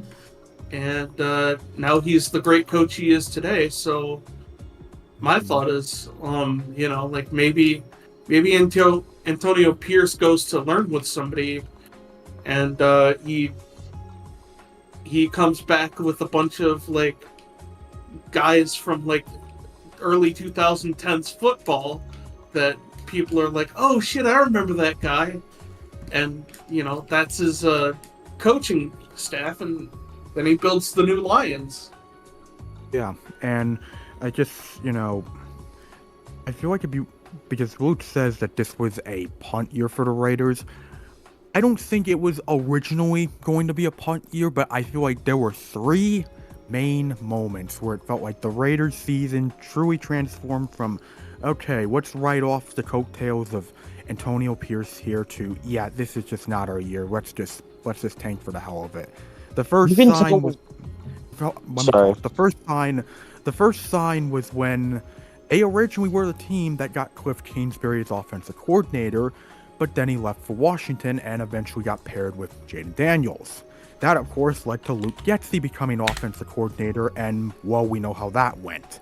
Second moment was when the Raiders were clearly planning on drafting a quarterback, and obviously that didn't go to plan. Granted, you got Brock Bowers out of it, so you can't really complain that much, but that definitely threw a wrench into probably what were the plans for that time for the Raiders. But I feel like where it truly turned into a season where it's just like, okay, this is just not our year, is the whole Davante Adams saga. I think once that happened, that's when the Raiders season just went into the direction that it went in, because it felt like that was just kind of, it felt like Davante Adams played a big role last season in terms of how Antonio Pierce got to, the job to begin with, and how, the McDaniels exit and all that, because Adams was a big part of that locker room. And the moment it turned out that Adams wasn't happy with the Raiders and Pierce wasn't exactly doing a great job communicating with them, yeah, it was basically donezo right there. It's just... It's so weird because, realistically, we should have seen Davante Adams being traded after Derek Carr left. Because, there's no way he's going to sit here and go through all of this. And I think genuinely it was a case of Aaron Rodgers helping his buddy out by getting him out of there. Well, now he's going to be stuck on the Jets again, but, at least the Jets are stable-ish. Minus the fact that, Davante Adams has a really high Madden rating. So at least he'll be able to get paid handsomely. I wonder if Woody Johnson will turn up the catching sliders at all for his wide receivers. True. I wonder if he would have any interest in a guy named Keenan Allen. Yeah. Anyway, there's some other coaches in the AFC West, right? Like, They're all safe. Yeah, they're all Andy, safe. Andy They're all Reid safe. Really, I don't know, guys. Andy Reid might not be coming back next. I will say this. you thought want Andy people Reid was guys going to that's- retire last offseason. I thought, like, you know what? I think, you know, back-to-back Super Bowl champion. I guess, you know, way to retire on one of the ultimate highs of your career. Nope. I will say Andy this. You want to Reid- know who might be on the hot seat? Steve Spagnuolo, but not for the reason you think. I think this is it for him. I feel like after this year, he's hanging it up. Oh, Like, retiring. the retiring. Okay. Yeah, I think with how the Chiefs have looked on defense so far this year, it's just it's not like they've been bad or anything, but it's been a clear regression from last year. And I think at least Spagnuolo is in that point where he knows that. So I think after this year, he's probably going to hang it up. After all, the dude's like 72. I mean, I'm sure he has like grandkids he wants to hang out with. Yeah. Meanwhile, with the Chiefs, with Andy Reid, it's more just like his status is he's the head coach until he retires. Basically. and to me, outside looking in, it really feels like Andy Reid wants to coach this team until he unfortunately chokes on an order of rib tips. And that's the way Andy Reid would want to go out. True enough. Yeah, the rest of the AFC West, I'd say both Harbaugh and Peyton are safe right now. I'm fine with going to the Raiders for this because let's be real, the Raiders are they're like that one dragon meme where it's like, you know, you have the couple of dragons that are all looking serious and all of that, and then you have the one goofy looking dragon. That is basically the AFC West. Honestly, you want to know something? The Bears and the Raiders have very odd similarities. Shit running game, offensive line's weak as hell, young quarterback having to go through hell and back, even though for the most part it's not their fault. A big defensive player getting sick and tired of having to go through the same amount of bullshit every single year. Like the AFC West and the NFC North are basically the exact same division, except the Bears are like better than the Raiders by a fairly good margin, and the Raiders are probably the worst team in the NFL. Yeah. Speaking of that, though, there are two teams in a division that we haven't finished yet that could give the Raiders good competition. So going back to the AFC South, we head to Duval, and yeah, I don't think anything's changed with the Jaguars. We all know how this is going. Yeah, he's Doug Peterson. Is a lot like you know, he's like the boyfriend you have when you're trying to rebound from an abusive relationship. You know, he's nice, he's respectable, he's not really much of anything other than, you know, just like maybe like free therapy-ish. He's like a 6 out of 10 shoulder to cry on. Yeah, basically.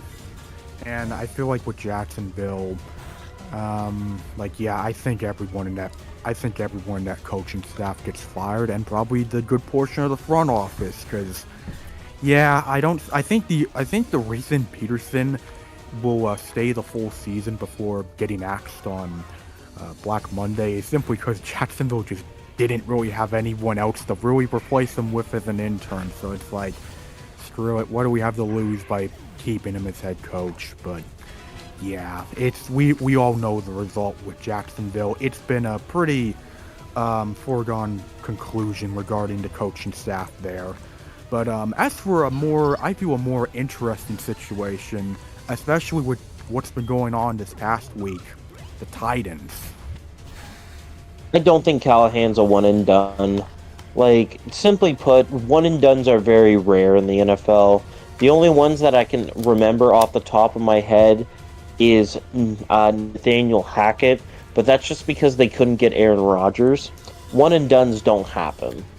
I'll They just just say don't- this, They I happen disagree. more than you think, though. Yeah, they do. I'll In the disagree. I NFL? disagree. Yeah. I actually disagree because I'm just saying. I think there's a reason. There is a definite reason Callahan's starting Mason Rudolph right now because he's definitely trying.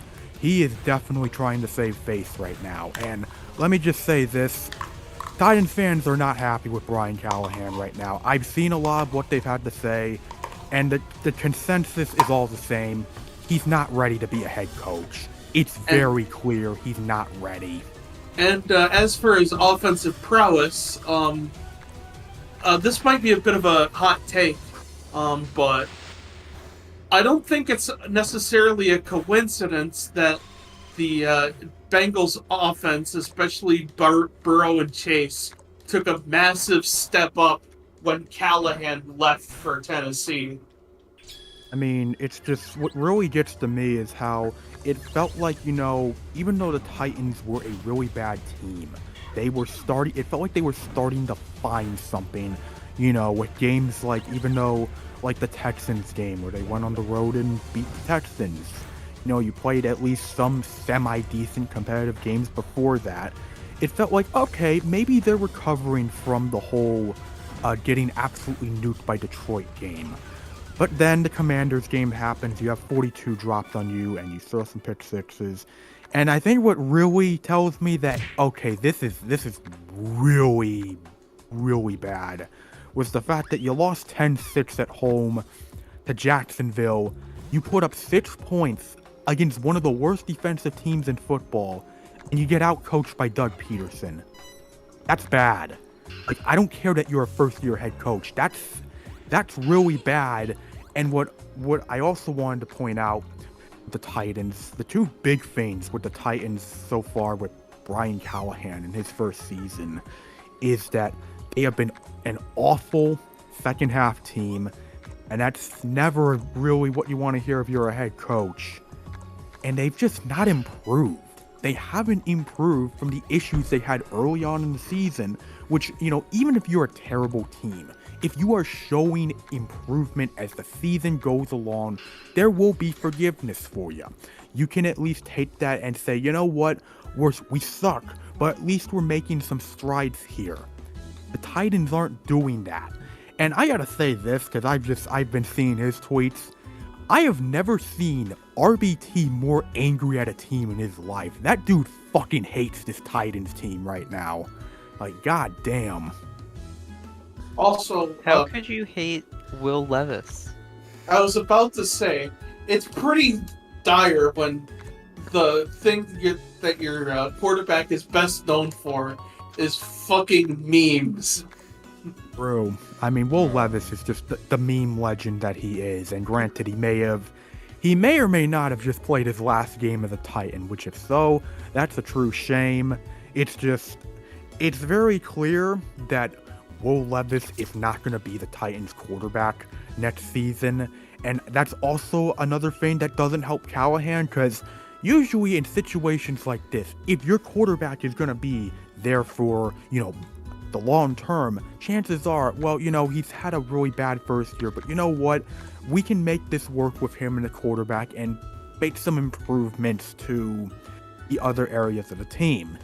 Well, that goes out the window knowing that Will Levis isn't going to be this team's quarterback, and this offense looks fucking horrible. Shout out the defense for somehow making the Titans look passable. Mm-hmm. You know what? I think ultimately... Sorry, go ahead. That DC is probably gonna end up getting the Bengals job because guess what? They need a DC. Yeah, prior to You wanna know- Wilson, he's doing a nice job. I will say this real quick. You want to know if... I know we're all giving actual reasons, but, the real reason why I think Bill Callahan should be fired is because they're putting Jeffrey Simmons in at fullback, but they're not giving him the ball. That is, a sin. You have a fat guy on the field ready to give you a touchdown at a moment's notice, and you just decide, we're gonna just do this. I'm sorry, but that is a sin that is not forgivable. You will not True. pass go. You will not collect $200, and you will, You in will fact, not. be you- Satan. You will not see the light of heaven. A big guy's dream is to score a touchdown, and every time you have him on that field, he dreams, come on, running back, fumble the ball. I can do it. I'm different. And even though that big guy is not different from every other big guy, God damn it, he believes he is. And don't you dare let him down. Putting out Your a words defensive have never been tackle spoken. to block is quite honestly one of the unspoken commandments of what is and isn't a sin, and that's one of them. Yep, I believe it's time to switch conferences now. that we it move is. we move to the NFC East. Mm-hmm. Yes, and I find it really funny which team we are starting off with in the NFC East. I think it's really funny. Yeah, how many takes did it take for me when I was reviewing these guys at the beginning of the year? I think it took. God, it almost.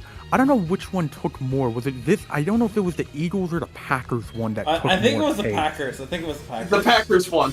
The Packers one took many takes, but I know the Eagles one also took a lot of takes. Yeah, I just like the fact that you just slapped the cardboard on the desk every time, and I kept laughing every time.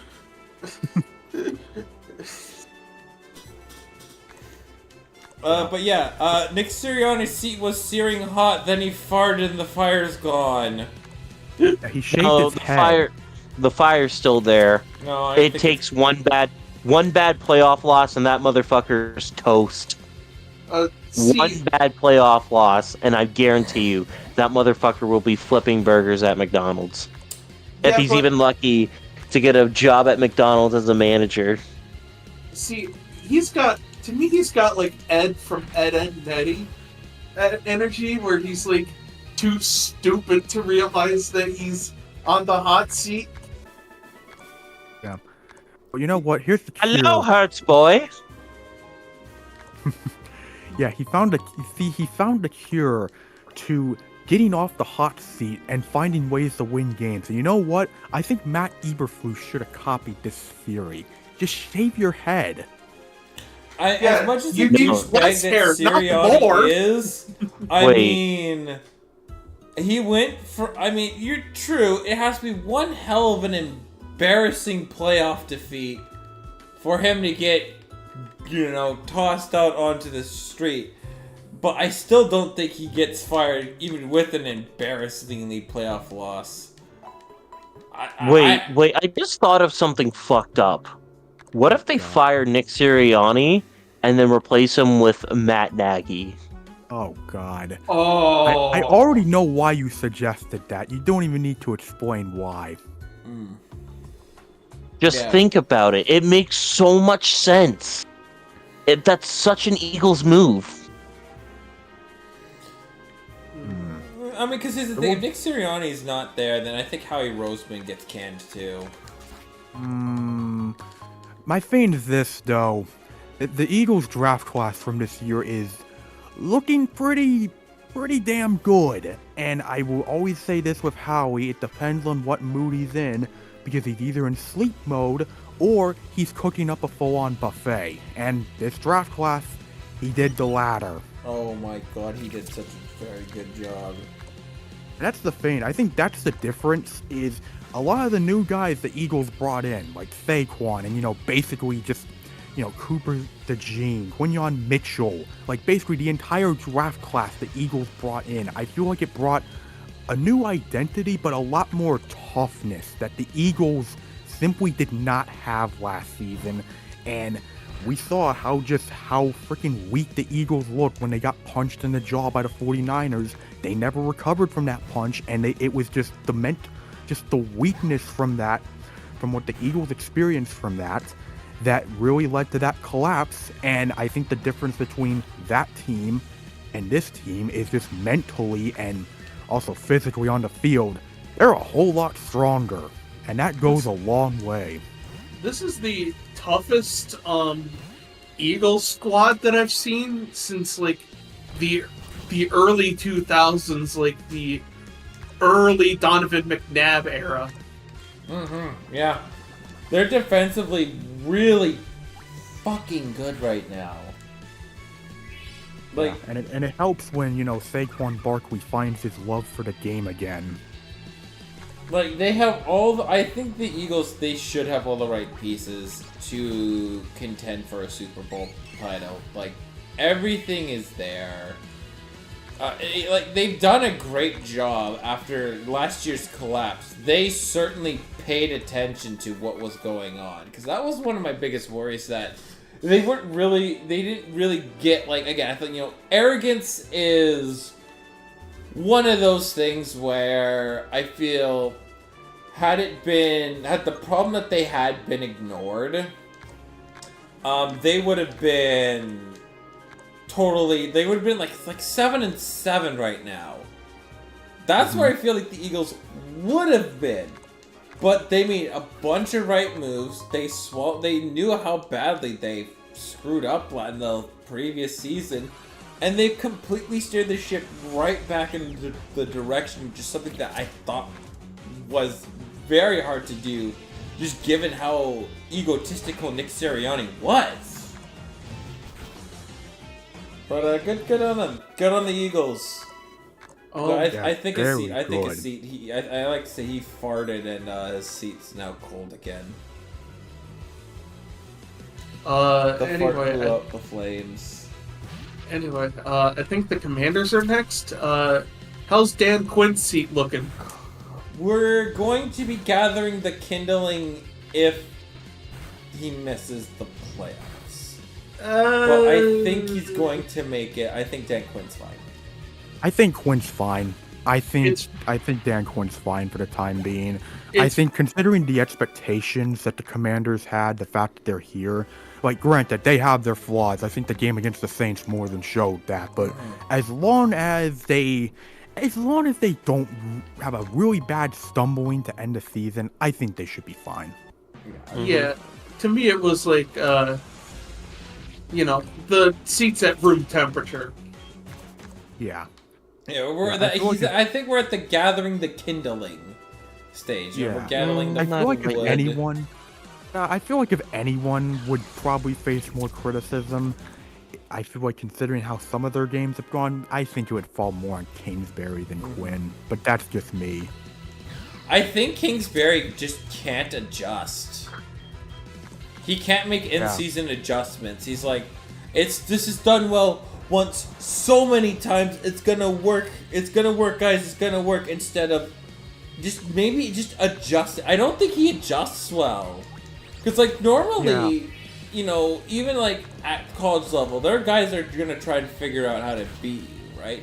And it really doesn't help, because usually, especially in college football, it is more likely that your first 3 games are going to have a very, like, let's call it 80% chance to start out to emerge 3-0 than, 2-1, depending upon who's your third opponent, if you go G5, or just a really weak power conference team, right?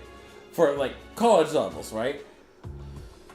But even at the NFL, he's shown that he can adjust. He shows this is my offense, what's going to look for the entire year, and I'm not going to adjust. Whereas defensive coordinators go, he hasn't changed his style throughout the entire season. We know what he's going to call, what plays he's going to call throughout the entire game, and we can counter around that. Cliff Kingsbury just doesn't adjust at all. And I feel like this upcoming game against the Eagles it can really say a lot about that, because I remember the first game against the Eagles this season on Thursday Night Football, they just looked, that offense was just completely dead out there. And that was the first matchup between Kingsbury and Fangio. I'm just wondering how the second matchup will go, because I'm sure Kingsbury is well aware of the fact that, okay, our offense didn't do well the first game. Hopefully it does better this time, because as you noted, he has not been good at adjustments. And in a way, it kind of reminds me of, I feel like, a big issue that Greg Roman had with the Ravens and Lamar in like his later years, where it just felt like once you figured it out, you knew what you were gonna have to do to stop that offense. And I feel like Kingsbury is that, but a lot more noticeable, because this has been him his entire career. And I think that's the one thing that prevents Cliff Kingsbury from being a good coach. It's like, even then, as egotistical as Deion Sanders is, he made adjustments. You have to adjust your offense from week to week. You have to remain unpredictable. There's so, like it's an insane amount of time that teams put in to beating each other through, like strategy-wise, week to week. Like, you usually have 7 days. Sure, sometimes you'll have to do it in 6, 8, 3, 14, 10. Sure, sometimes it happens, but, like, you still have to do it. Yeah, and if you're a gimmick head coach, once they find you out, they're gonna eat you alive. Like, look at what happened with Chip Kelly when he hit the NFL. People realize he liked to go fast, and his defense is always gassed. So all you had, if you kept his defense on the field for a long period of time, just because of how quickly he liked to run his offense, you can gas their defense throughout their entire season, and to the point where, sure, 6-2 is a great start, but the rest of the year you end up going 2-6 because that's how exhausted your defense is. But yeah, like Cliff Kingsbury, the trend keeps on continuing with him, and I don't know when he'll ever break it, but whether it's this season or not, that shall be decided very soon. Anyways, as we move down the NFC East, the Dallas Cowboys are next up, and simply put, what does Jerry Jones do? What the hell's on his mind this time? Guys, watch out. He's gonna do something stupid. Do you know, this is the guy that had to take 2 weeks too long in firing the Clapper. Do you know how long it took for him to fire Jason Garrett? McCarthy, I guarantee you, he's like, "Hey, McCarthy, here's your contract. There you go, buddy." Like, there's no negotiation. He's just, "Here's your contract. It's 10% higher than the previous one. There you go." Like, it's worth noting, Jason Garrett went from an interim head coach to being the Dallas Cowboys head coach for the entire 2010s. Wow. That's why I think Jerry Jones is going, "Here's your contract, McCarthy. We gotta keep Dacky happy." But Jack's like, "I want a new coach. Here you go, McCarthy. Dak likes you. Jerry, can I please get a new coach? Here you go, Mike. Just sign the contract." He's like Rumpelstiltskins in Shrek 4. He's like, "Sign it. Sign it. Sign it." Looks like toes are curling with the thought of signing. Yeah. You know, if Rumpelstiltskin is the dude I think you're thinking of in Shrek 4, is he the dude that looks like Jack's films? Close. He's the one with the red hair. Yeah. So he's literally just going, "Sign it. Sign it. Sign it. Sign it. Sign it, Mike. Just sign it. Can I please get a new coach? Sign it. Sign it." That's how it's gonna go down. I think that Dak voice sounded a lot like Mr. Ursay's secretary. I feel like they all have the same voice. "Hey, Mr. Owner, sir, can you make the right decision? Sign it! Sign it! Snort the cocaine or sign it!" What, are we going to be starting the future Colts quarterback Dak Prescott narrative? I still feel like the next quarterback for the Colts is Daniel Jones. I told it! It's our next quarterback. It's Daniel Hey, Jones. The Chris. internet told me to sign him. The internet and the World Wide Web. Listen, And it's that either gonna man score. Listen, it's fun. It's so funny with the Colts. Before we get back on track, it's so funny with the Colts because I love how everyone agrees it's either gonna be Daniel Jones or Aaron Rodgers. Ew, they both sound awful. Well, Ah. I'll talk about Daniel Jones when we get to the relevant party. Yeah, and honestly, we're about to get to that because you know what? I think the Cowboys summary is this: Jerry Jones is gonna do whatever the hell he wants, and you know what? I'm not even gonna bother predicting what he does because it's Jerry Jones. That man is long gone. Anyways, it is time for the derp. Yeah. I hate that. I felt not like his- Brian not his Dable fault. was Yeah, such a he's either a mirage or he's not his fault, and I don't know what it is. Like, you could give me like excellent arguments for both sides, and I'm gonna be like, sure, I guess. I don't It's know. just- I just kind of feel like Brian Dable kind of.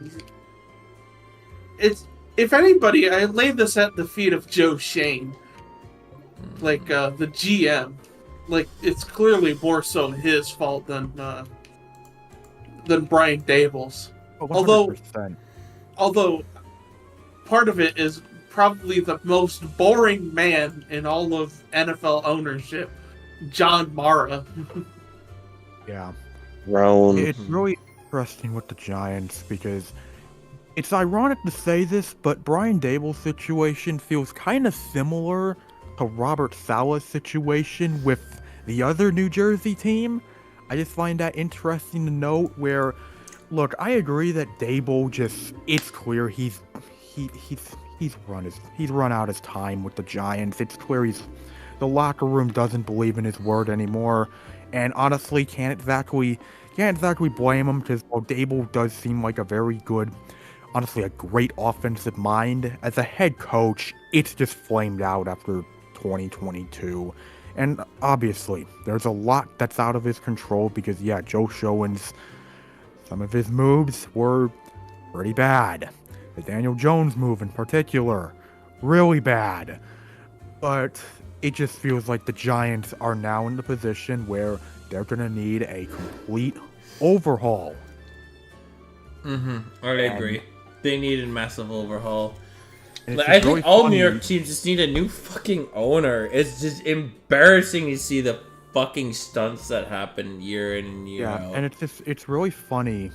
I find it really funny with the Giants how, you know, like, from what I've heard, this is just for the longest time, I've heard that both of them are gone once the season ends. Like, there's no point in firing them right now, which makes sense. Like, you'll get it done once the season ends and all that. I do find it funny how that's been the consensus, and yet I'm also hearing how John Mara is having like freaking second thoughts about how, should I keep showing and just let Dable go, or should I do both of them? Which it feels like the obvious answer is to just get rid of both of them. But of course, this is the guy who sold the freaking medium-sized Pepsi as a giveaway. He's also the main culprit behind taunting being as shitty of a penalty as it is. And yet he Yeah. taunts innocent trash cans. They didn't deserve that, man. These trash cans don't deserve it like that, but I just don't like it how he just kicks the trash can and taunts it like that. Mr. Garbage Can, where did where did Mara hit you? Oh man. Where's that trash can? No! Don't kick me again, Mara! We lost again! Where's the garbage can? No! Don't kick me! Oh my god. If there's anything to note with the Giants, it is really, I remember hearing how apparently, like, people noted how awkward that Joe Schoen looked during, like, the freaking like Hard Knocks and all that during Hard Knocks, and how he didn't exactly seem to enjoy being in front of the camera for all that, especially with how, the pre-draft stuff was going on and all the all the analysis going on around that time. Yeah, so from what I've heard, yeah, he was not happy with being on Hard Knocks, and it was not a Joe Schoen decision to be out there. It was exclusively a John Mara decision for the Giants to be on Hard Knocks, and that definitely kind of rubbed him the wrong way. Oh, I wouldn't want every single football move to be aired to the entire world. I kind of get why teams just don't want to be on Hard Knocks. Like, I kind of get it.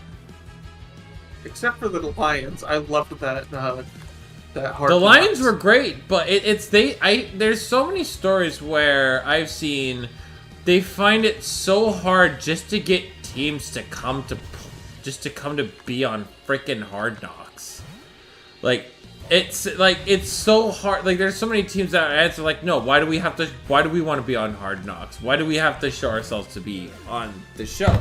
When I think it's really nicely produced and everything, but I get why teams. I can also understand why teams just don't want to be on it. Mm-hmm. Yeah. Now we, I guess, move to the north. Yeah, we moved to the north, and Taegan alluded to this earlier. It's basically the same as, like, the AFC West. Except Thomas Brown is just... He is Antonio Pierce. He is just Antonio Pierce. Yeah, without the chance of being Dan Campbell is safe, and yeah. By the way, are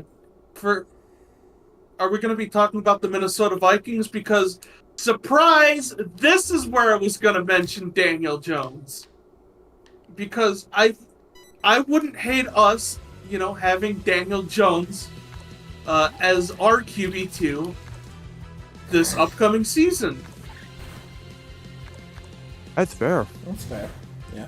I mean, considering the work Kevin O'Connell was able to do with Sam Darnold, I wouldn't completely throw it out the window that he's able to do the same kind of rehabilitation of image that for Daniel Jones. But wouldn't you want your next starting quarterback next year to be J.J. McCarthy? You took Hence QB2. Yes, QB2. That's why he said Daniel Jones QB2. Oh, sorry, my bad. Sorry. Like, yeah, as a breaking glass in case of emergency. Oh, I'd love to have Daniel Jones around. Yeah. Absolutely, but I think Daniel Jones is looking for a starting opportunity next season. He foolishly believes he can still start in the NFL, which he can't.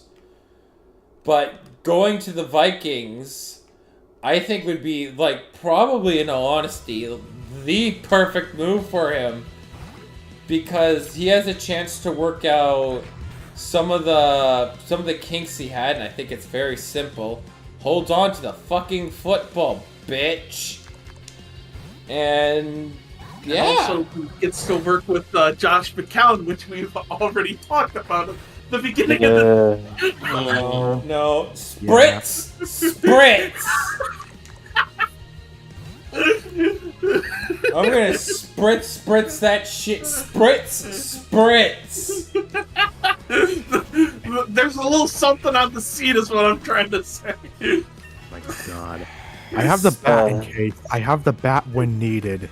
You have the bonk bat? Yeah. We might need to bonk him. We might need to just let this happen. We need to bonk you back to sleep. Okay, hold still. Spencer, hold still. Holding still.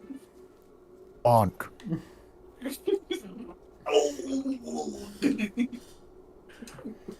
You are no longer allowed to watch Johnny Bravo before bedtime. Speaking of bedtime, I'm gonna hop off now because it is like nearly 2 o'clock on the East Coast. Good night. Just give me your pick'ems tomorrow by 9 a.m. tomorrow, Pacific Standard Time, please. Yummy, delicious, succulent pick'ems. Yeah, and I shall be put in a crystal for my sins. Oh, we're doing things far worse than crystals to you, buddy. Yeah. Spanish Inquisition. No, things that have never been done before. That's what we're doing. To be fair, nobody does expect the Spanish Inquisition. In fact, the Spanish Inquisition would give you like a 30-day warning before they showed up. Not to be that guy. But you Nerd. expected- Well, that's unfortunate. Anyways, you have a good night, my man. Good night, Jugger. Uh, Yeah, that sums it up well for the NFC North, I'd say. Yeah, Dan Campbell is eating kneecaps perfectly fine on his thing. And Matt LaFleur, he's Matt LaFine. Yeah, he eats cheese. He's fine. That cheese-headed fuck needs to stop beating my goddamn football team before I Still start miss taking you. matters into my own hands. That's my Anyways, response. we got 2 more divisions to go, and we will be done with this cover. And Let's talk about how Next- depressing. Why is the Silent. answer for this? A is for the NFC South. Ironically, except for the Panthers. I mean, Dennis Allen's already fucking gone. He's gone. Yeah, he's long gone. Darren Rizzi. Yes, But the I Riz mean, man. in You respect the theory, Riz man up in here.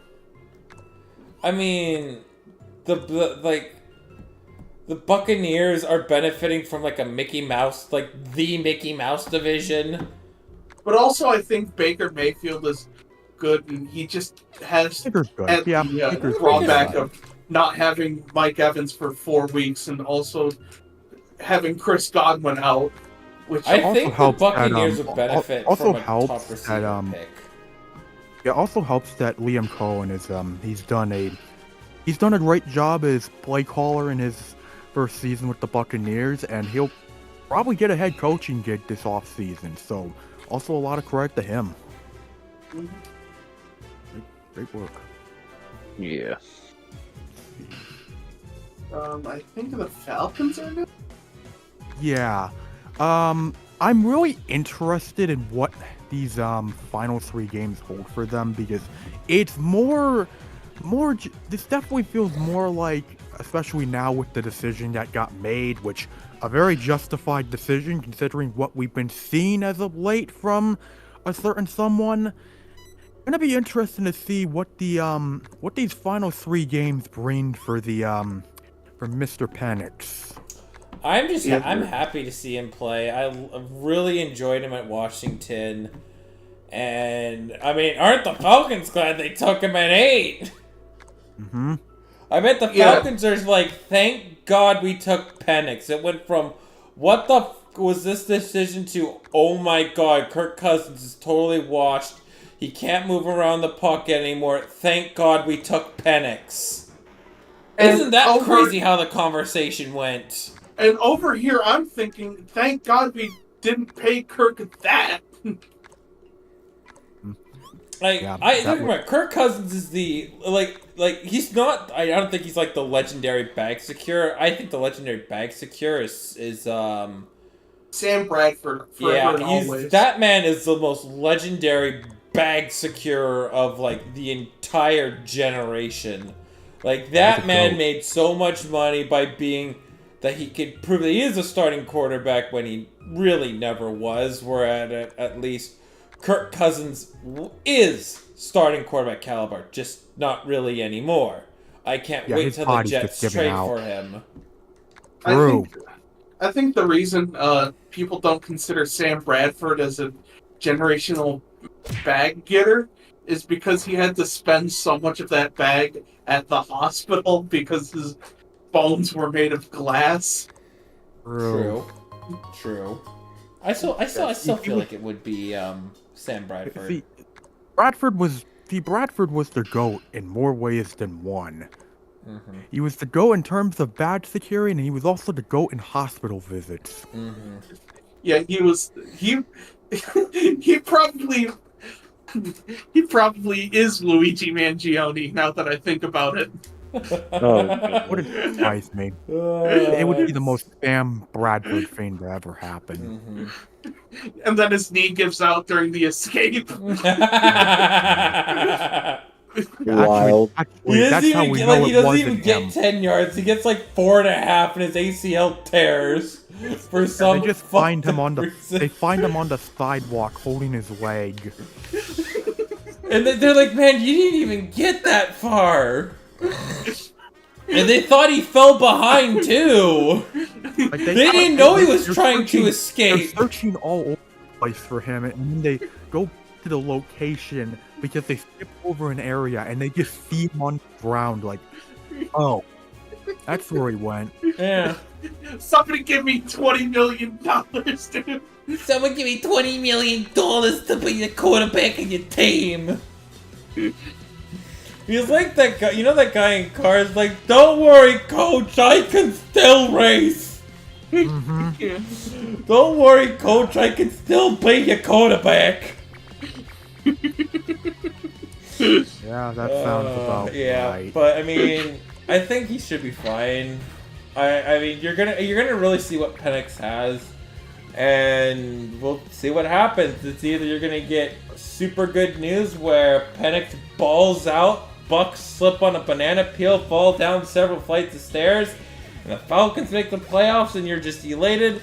Or kind of in the middle ground where all Penix has to do is keep it really competitive versus the Commanders, and I think if he gives you a really good competitive game, I think you got something in there. But we'll see what Penix has, and I hope he's been studying the playbook. Yeah, just show you can move around, because clearly you just want a little more than just, not being able to move at all. I think that would be very helpful. Yeah, a certain somebody makes the Statue of Liberty look lively. True. That is true. All of it is also very, very true. I think the next one is the Saint. No, we talked about that. Allen's the Rizzy. gone. Rizzy should stay. He's not going to get. I don't think Rizzy should get the coaching job, but he should stay on the staff. Yeah, I mean, let's be real. They gotta blow up a thing they can't blow up, so have fun trying to figure that out, bitch. Yeah, it's all gonna be. It feels like it's like a ticking time bomb until Gail Benson dies. No, remember when we went over with Valente, the GM apparently has ownership stake. Which is the most terrifying thing. Like, you could do firing via promotion where he becomes the president of the team. So I looked into it. I looked into this, and while it is true that he would have like ownership responsibilities for the New Orleans Saints, essentially he would serve as the executor, the executor of the will for the New Orleans Saints to get it to new ownership that promises for it to stay in New Orleans. That makes sense. But still, that's the guy it's damn near impossible to get rid of. I mean, the Saints' best route right now, I feel like, is just because, I don't know what's going to happen to Carr this off season, but considering the Saints are probably not in the position to take a quarterback, I would not be surprised if they just try and see what Spencer Rattler has. Yeah, we need some Spencer representation in this world, man. I mean, Rattler did have potentially a pretty high ceiling in college for a point in time. And I mean, he's looked bad, but I think there could be something there. And I think, especially for him, you really want to prove to the NFL that you really are worth something. And what better way to prove it than, winning the last few games. And also, I will say he did play pretty well against the Commanders, and granted he only played one half because Jake Hayner's about to learn what the UFL's like real soon. I think there's Rattler's like the one guy that I think there might be something, and if there is something, damn, that just shows you how stacked this quarterback draft class is. This last one is like, and also like I love turning the TV on and then immediately getting confused as to whether they're talking about Spencer the quarterback or Spencer the Carsausage. that is fair. And then we go to the West. We'll save my team for last. Niners, please be stupid and trade your head coach to the Bears. I beg you, please be stupid. By the way, I know. By the way, just so people know, just before we keep doing this, Panthers, our stocks are pretty simple. Canales is fine. Yeah, Canales is fine. The fact that Bryce Young has progressed, which is not very much, but it was more than what it was 2 months ago. We just hope that David Tepper does not pull a David Tepper. Yeah, as long as David Tepper doesn't do anything really stupid and fire Canales, which, I mean, I could see happening, but I don't think he should. I think the fact that we saw, like, the bare minimum expectation this season was to see Bryce Young progress, and he has progressed. The $1 million question is you need him to progress further. And if you can get him to progress further, great, you got a permanent job in Carolina. But if you can't, oh boy. Yeah, that's going to be one of probably the biggest fumbles of trades that we've seen in the NFL, barring involving the draft since Trubisky. No, well, I want to say since the Niners traded up, but then there's Brock Purdy, which kind of hides it, but like it's not gonna hide it much. You can't hide from it much longer. But yeah, I put it like this: O.J. Simpson beat the K's. That still means he's a murderer. Both things can be true. Mm-hmm. I just hope that Brock Purdy secures the bag. He so deserves it. I hope he gets paid everything because he only made he's made less than $1 million per year. Like he hasn't made that epic rookie contract bonus money, right? Those are worth like $50 million. He needs to secure that extra $50 million because he did lead the Niners to a Super Bowl. Oh please pay him the money he's deserved.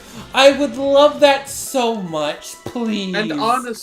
And honestly, I do think he needs the money because like the contract he's on, you can barely afford a one bed now. Thank you, Spencer. Exactly. Thank you.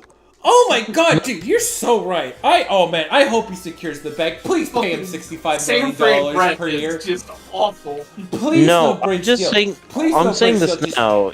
The money he deserves. He'll get the bag somewhere. I just don't know where. Because he just got here's the 10 offensive linemen. Luke, he's going to get that contract soon because he just bought 10 of his offensive linemen a new fucking Ford F-150. See, he's such a nice guy. He's such a nice guy. Look at that. Any man that pays his old linemen, no, $67 million per year. He bought 10 of his own offensive linemen fucking Ford F-150s. See, that's $70 million. There we go. $70 million because there was 10 of them. Therefore, he should get paid $10 million more, or $10 million above his market value. Oh, please pay him that much. Luke, you keep saying that he's gonna end up as Seahawk Purdy, and I'm gonna cry if that. I'm gonna cry because I don't think he'd like Seattle because it rains too much. Well, you know what they say: rain makes corn, and corn's good enough for him because he's from Iowa, baby. Or at least Iowa State. I mean, in all seriousness, like, if I'm gonna be really, he should be safe. But it'd be really funny if they fired him. Yeah. I'd enjoy it. I'd enjoy it because I fucking hate the Niners. Yeah. To me, it's like, well, they're Kyle Shanahan. To me, is in the same like mental headspace as like 2000s Andy Reid. Like. I agree. I just wanted to be some successful, just not for the Niners. Yeah, and regarding Andy Reid in Philadelphia, it's been well documented how poorly those last 2 seasons for him went with the Eagles. And granted, I don't think it's going to get that bad for Shanahan with the Niners, but I definitely see the correlation between the two. Right. There's a good correlation.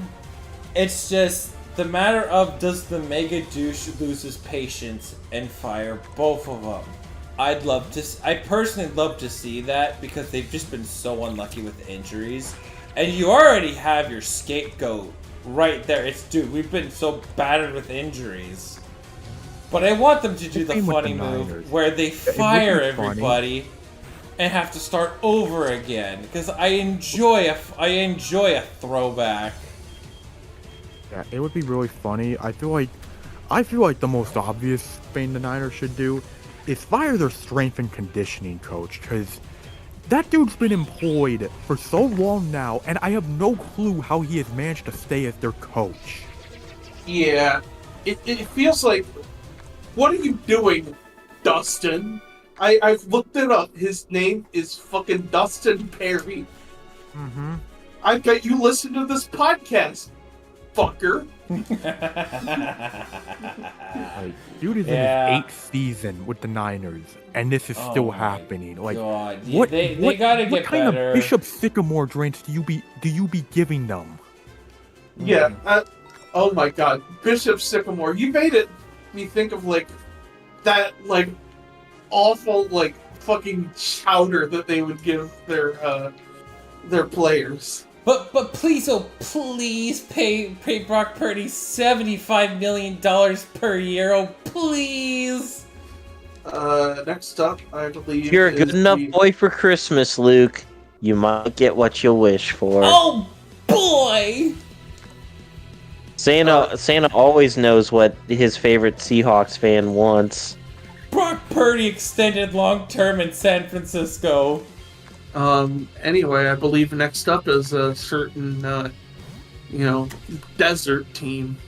Yes, the I think he should be fine, but next year is do or die for that entire team.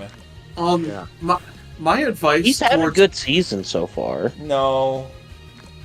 He's had a slightly below average. I think he could be better. He hasn't really done much. I disagree. I think Gannon's been fine, but I'm talking about Murray, not Gannon. Oh, Kyler. Murray, Kyler. Kyler has been below average. Like, he hasn't played good football. He's been very stagnant, and it's not like he doesn't have pieces. Like, Marvin Harrison Jr. has been very disappointing this season. I was expecting a lot more from them, and I'm pretty sure so was Arizona. Yeah. I'll say this with Kyler real quick. I don't think he's been bad by any means, but he's felt like, you said it best, he's been stagnant, and he's just felt okay in a way, like average, okay, all that stuff. He felt, just like he exists. Par for the course. I want to look at what their last 3 games look like, because that's gonna really just solidify my opinion of him.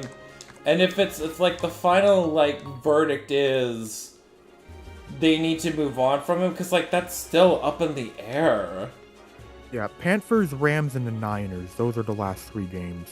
Yeah. For me, my big thing about Jonathan Gannon, he's pretty good as a coach, but for God's sakes, get some Bosley or something, or go bald, anything is better than whatever you're trying to do with your hair. Yeah, Gan, I think I want to say there's something there from Ganon, but I feel like he's you know how when you're in university and there's this big important paper that you have to do, I feel like just the Cardinals are just keep pushing it off, you know? They're a very procrastinating organization that needs to do something, but I don't know when they're gonna do that thing. Yeah, because it's just with the Cardinals this season, I think this has been a good season in terms of making progress. I feel like this is a season where it's you're fine with what you've seen. I think Arizona having that season where they take that next jump, and this is a season where, well, they're not a playoff team, but they're definitely in playoff contention. I feel like you definitely take that, and that's a good season all around. It's just the big question is this: Arizona for 2025 will need to turn that into a playoff season, and that's obviously going to be where the big, question comes in. Can they do it, or will there have to be more changes? Absolutely.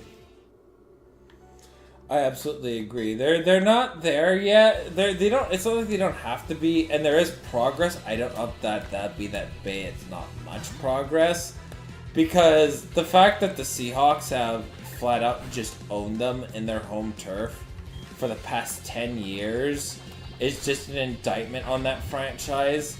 And I feel like they're one big, bold, massive move away from really contending. Imagine if they had prime Nuke Hopkins now. I think the Cardinals would be really threatening. I feel like they just need the stars to really line up to fulfill their true ambitions, but I just don't know what those moves would be right now.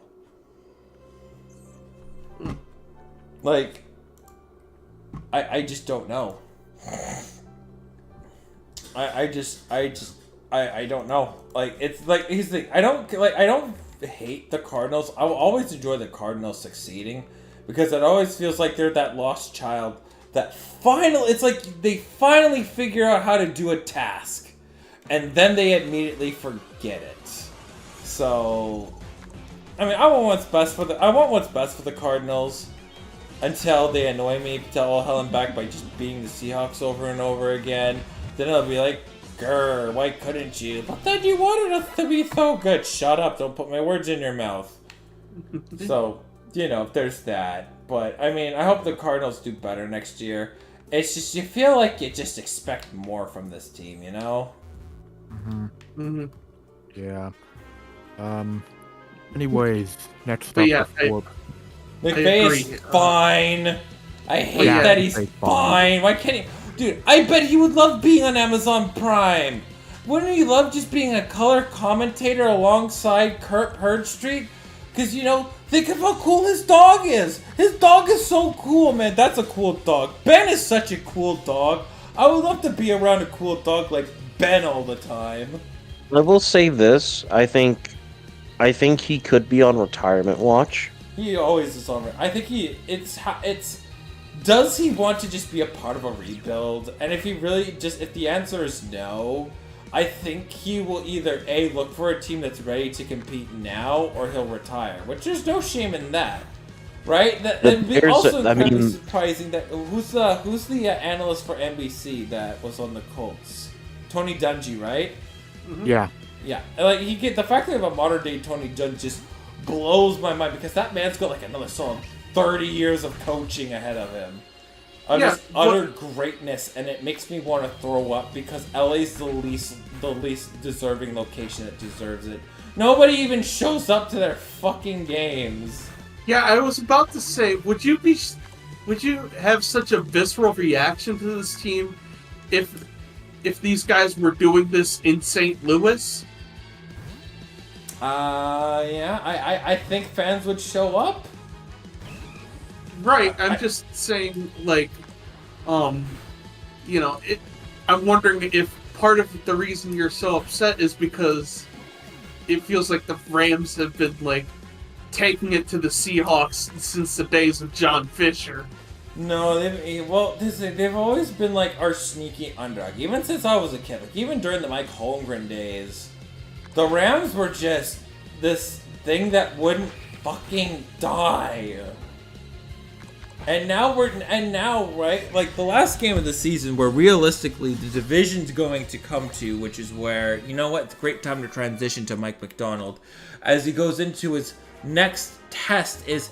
Alright, so you've seen Sean McVay once. How are you going to adjust your game plan for the Seahawks to beat him?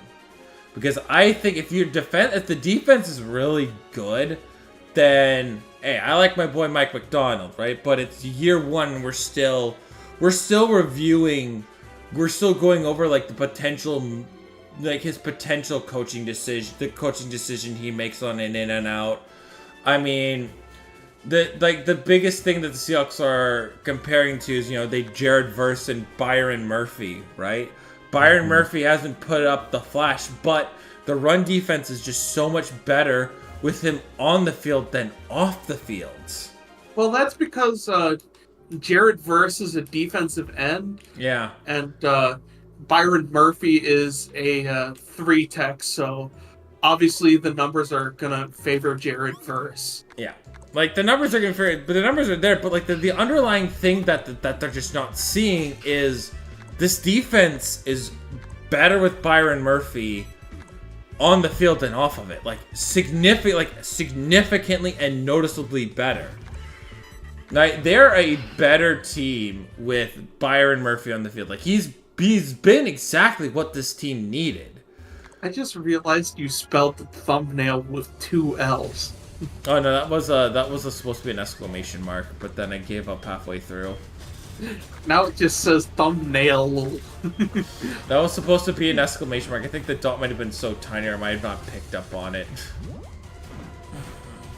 But yeah, Mike McDonald's fine. I don't think we're at the gathering kindling stage. I think whose seat's really on fire is John Schneider. Yeah. That's the guy whose seat is on searing flames. But I don't think they're going to fire him because Judy Allen, like, she really trusts John Schneider to run this team. Like, I'm talking really, really trusts him. Right? She's put a lot of trust in Pete and John when Paul Allen unfortunately passed away. So she's trusting these guys a lot with football decisions. So firing John Schneider is easier said than done. I can't tell if you're yawning or crying. Yawning. I thought you were just. I closed Thursday night and then I opened, so. I thought you were just like on the verge of tears thinking about John Schneider. I was trying to not yawn, but then I yawned. But you were just like, John, stop! No, so please don't keep John Schneider. Like, the one hopeful thing that I do hope comes along is a firing via promotion, which I think would be a much better option for Seattle. But I think it comes down to who they just. It's all going to come down to who's the quarterback of the team in the next 2-3 years. That is probably going to be the staying power of John Schneider. If he misses it, I think he's done. He should, in theory, be done for.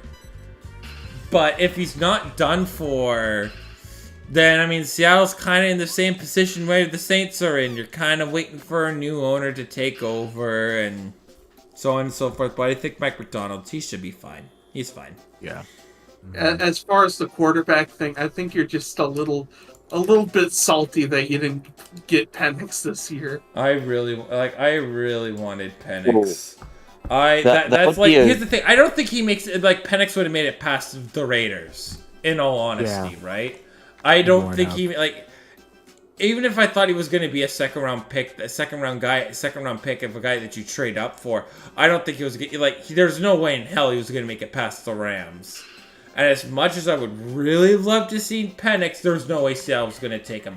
I said he was a top 10 pick, and he was. a top 10 pick. And all y'all were telling me he was in a top 10. He wasn't a top 10 pick. And I said he was. And I'm just upset. I was mostly just tired of you posting twerking Freddy.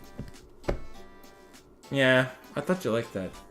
I need to post more twerking Freddy. It's a love and hate thing, you know. I think I should post more things of twerking Freddy Fazbear. And yet I'm the bad guy for reading out smut on the stream. Anyways, I think does anybody have anything else to say about Mike McDonald? E-I-E-I-O. Got it. Anyways, next week is going to be. I want to talk about hockey, but that's going to have to wait till next week. No. Before we go, I feel like this is pretty important. The Falcons with Michael Penix, since we brought him up. That's something we kind of glossed over. We did kind We of talked about it. I said we did. Yeah, Do you not remember? I guess I'm just crazy. Yeah, we talked about Penix. The All you summary wanted is was a you're going to Pepsi. see what he has in 3 weeks. If you can keep it competitive against the Commanders, you got something there. If not, oh well. And oh my God, thank God we took Penix at 8 because everybody laughed when we took him at 8. But thank God we did. That's kind of was the summary of that. Yeah. Thank God we took Penix at 3. Also, hi, we're Atlanta. We've made Coca-Cola. Anyways, I'm super exhausted. Thank you guys so much for coming out tonight.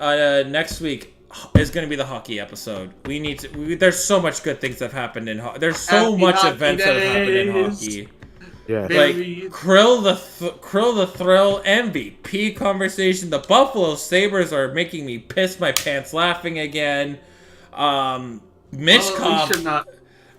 has been absolutely amazing to watch. There's so the Four Nations face off. There's so much about hockey that I absolutely love, and I'm ashamed that we haven't been able to talk about it. Because I'll say this about the Sabres, Luke. At least now you finally have a reason to piss your pants. Before that, it was just embarrassing. Shut the fuck up. Anyways, I'll definitely be making when the Sabres do the funny. It's gonna be like 10 minutes of me laughing. And it's gonna be me pointing and laughing. I don't even feel bad for the Sabres. It's like they do it to themselves. But we'll talk hockey next week because there's lots of themes that have happened happened on the ice this year, and we might be talking Christmas. Ooh. Oh yeah, I hate Christmas. Anyways, my opening will be, I'm so glad I don't have family to spend with Christmas anymore. The Grinched Aura over here, ladies and gentlemen. I am the Grinch. I own that title. I'm just saying, we still need the thumbnail with Lucas the Grinch. Look, oh please do. Oh please do. All I'm saying is knee surgery might be tomorrow for Luke. Oh my God. Anyways, we're gonna head out. We're gonna do the hockey episode next week. We'll go a little bit about football. But we'll make it more about hockey, and then to start the new year, my favorite stream of all time. Top 10. Sorry, our top 5 L's of the year is my favorite stream to do every single year. Who's more deserving of the L's? Find out. It might be me this year. Find out. Anyways, take care and have yourselves a good one. Peace. Later, fucker.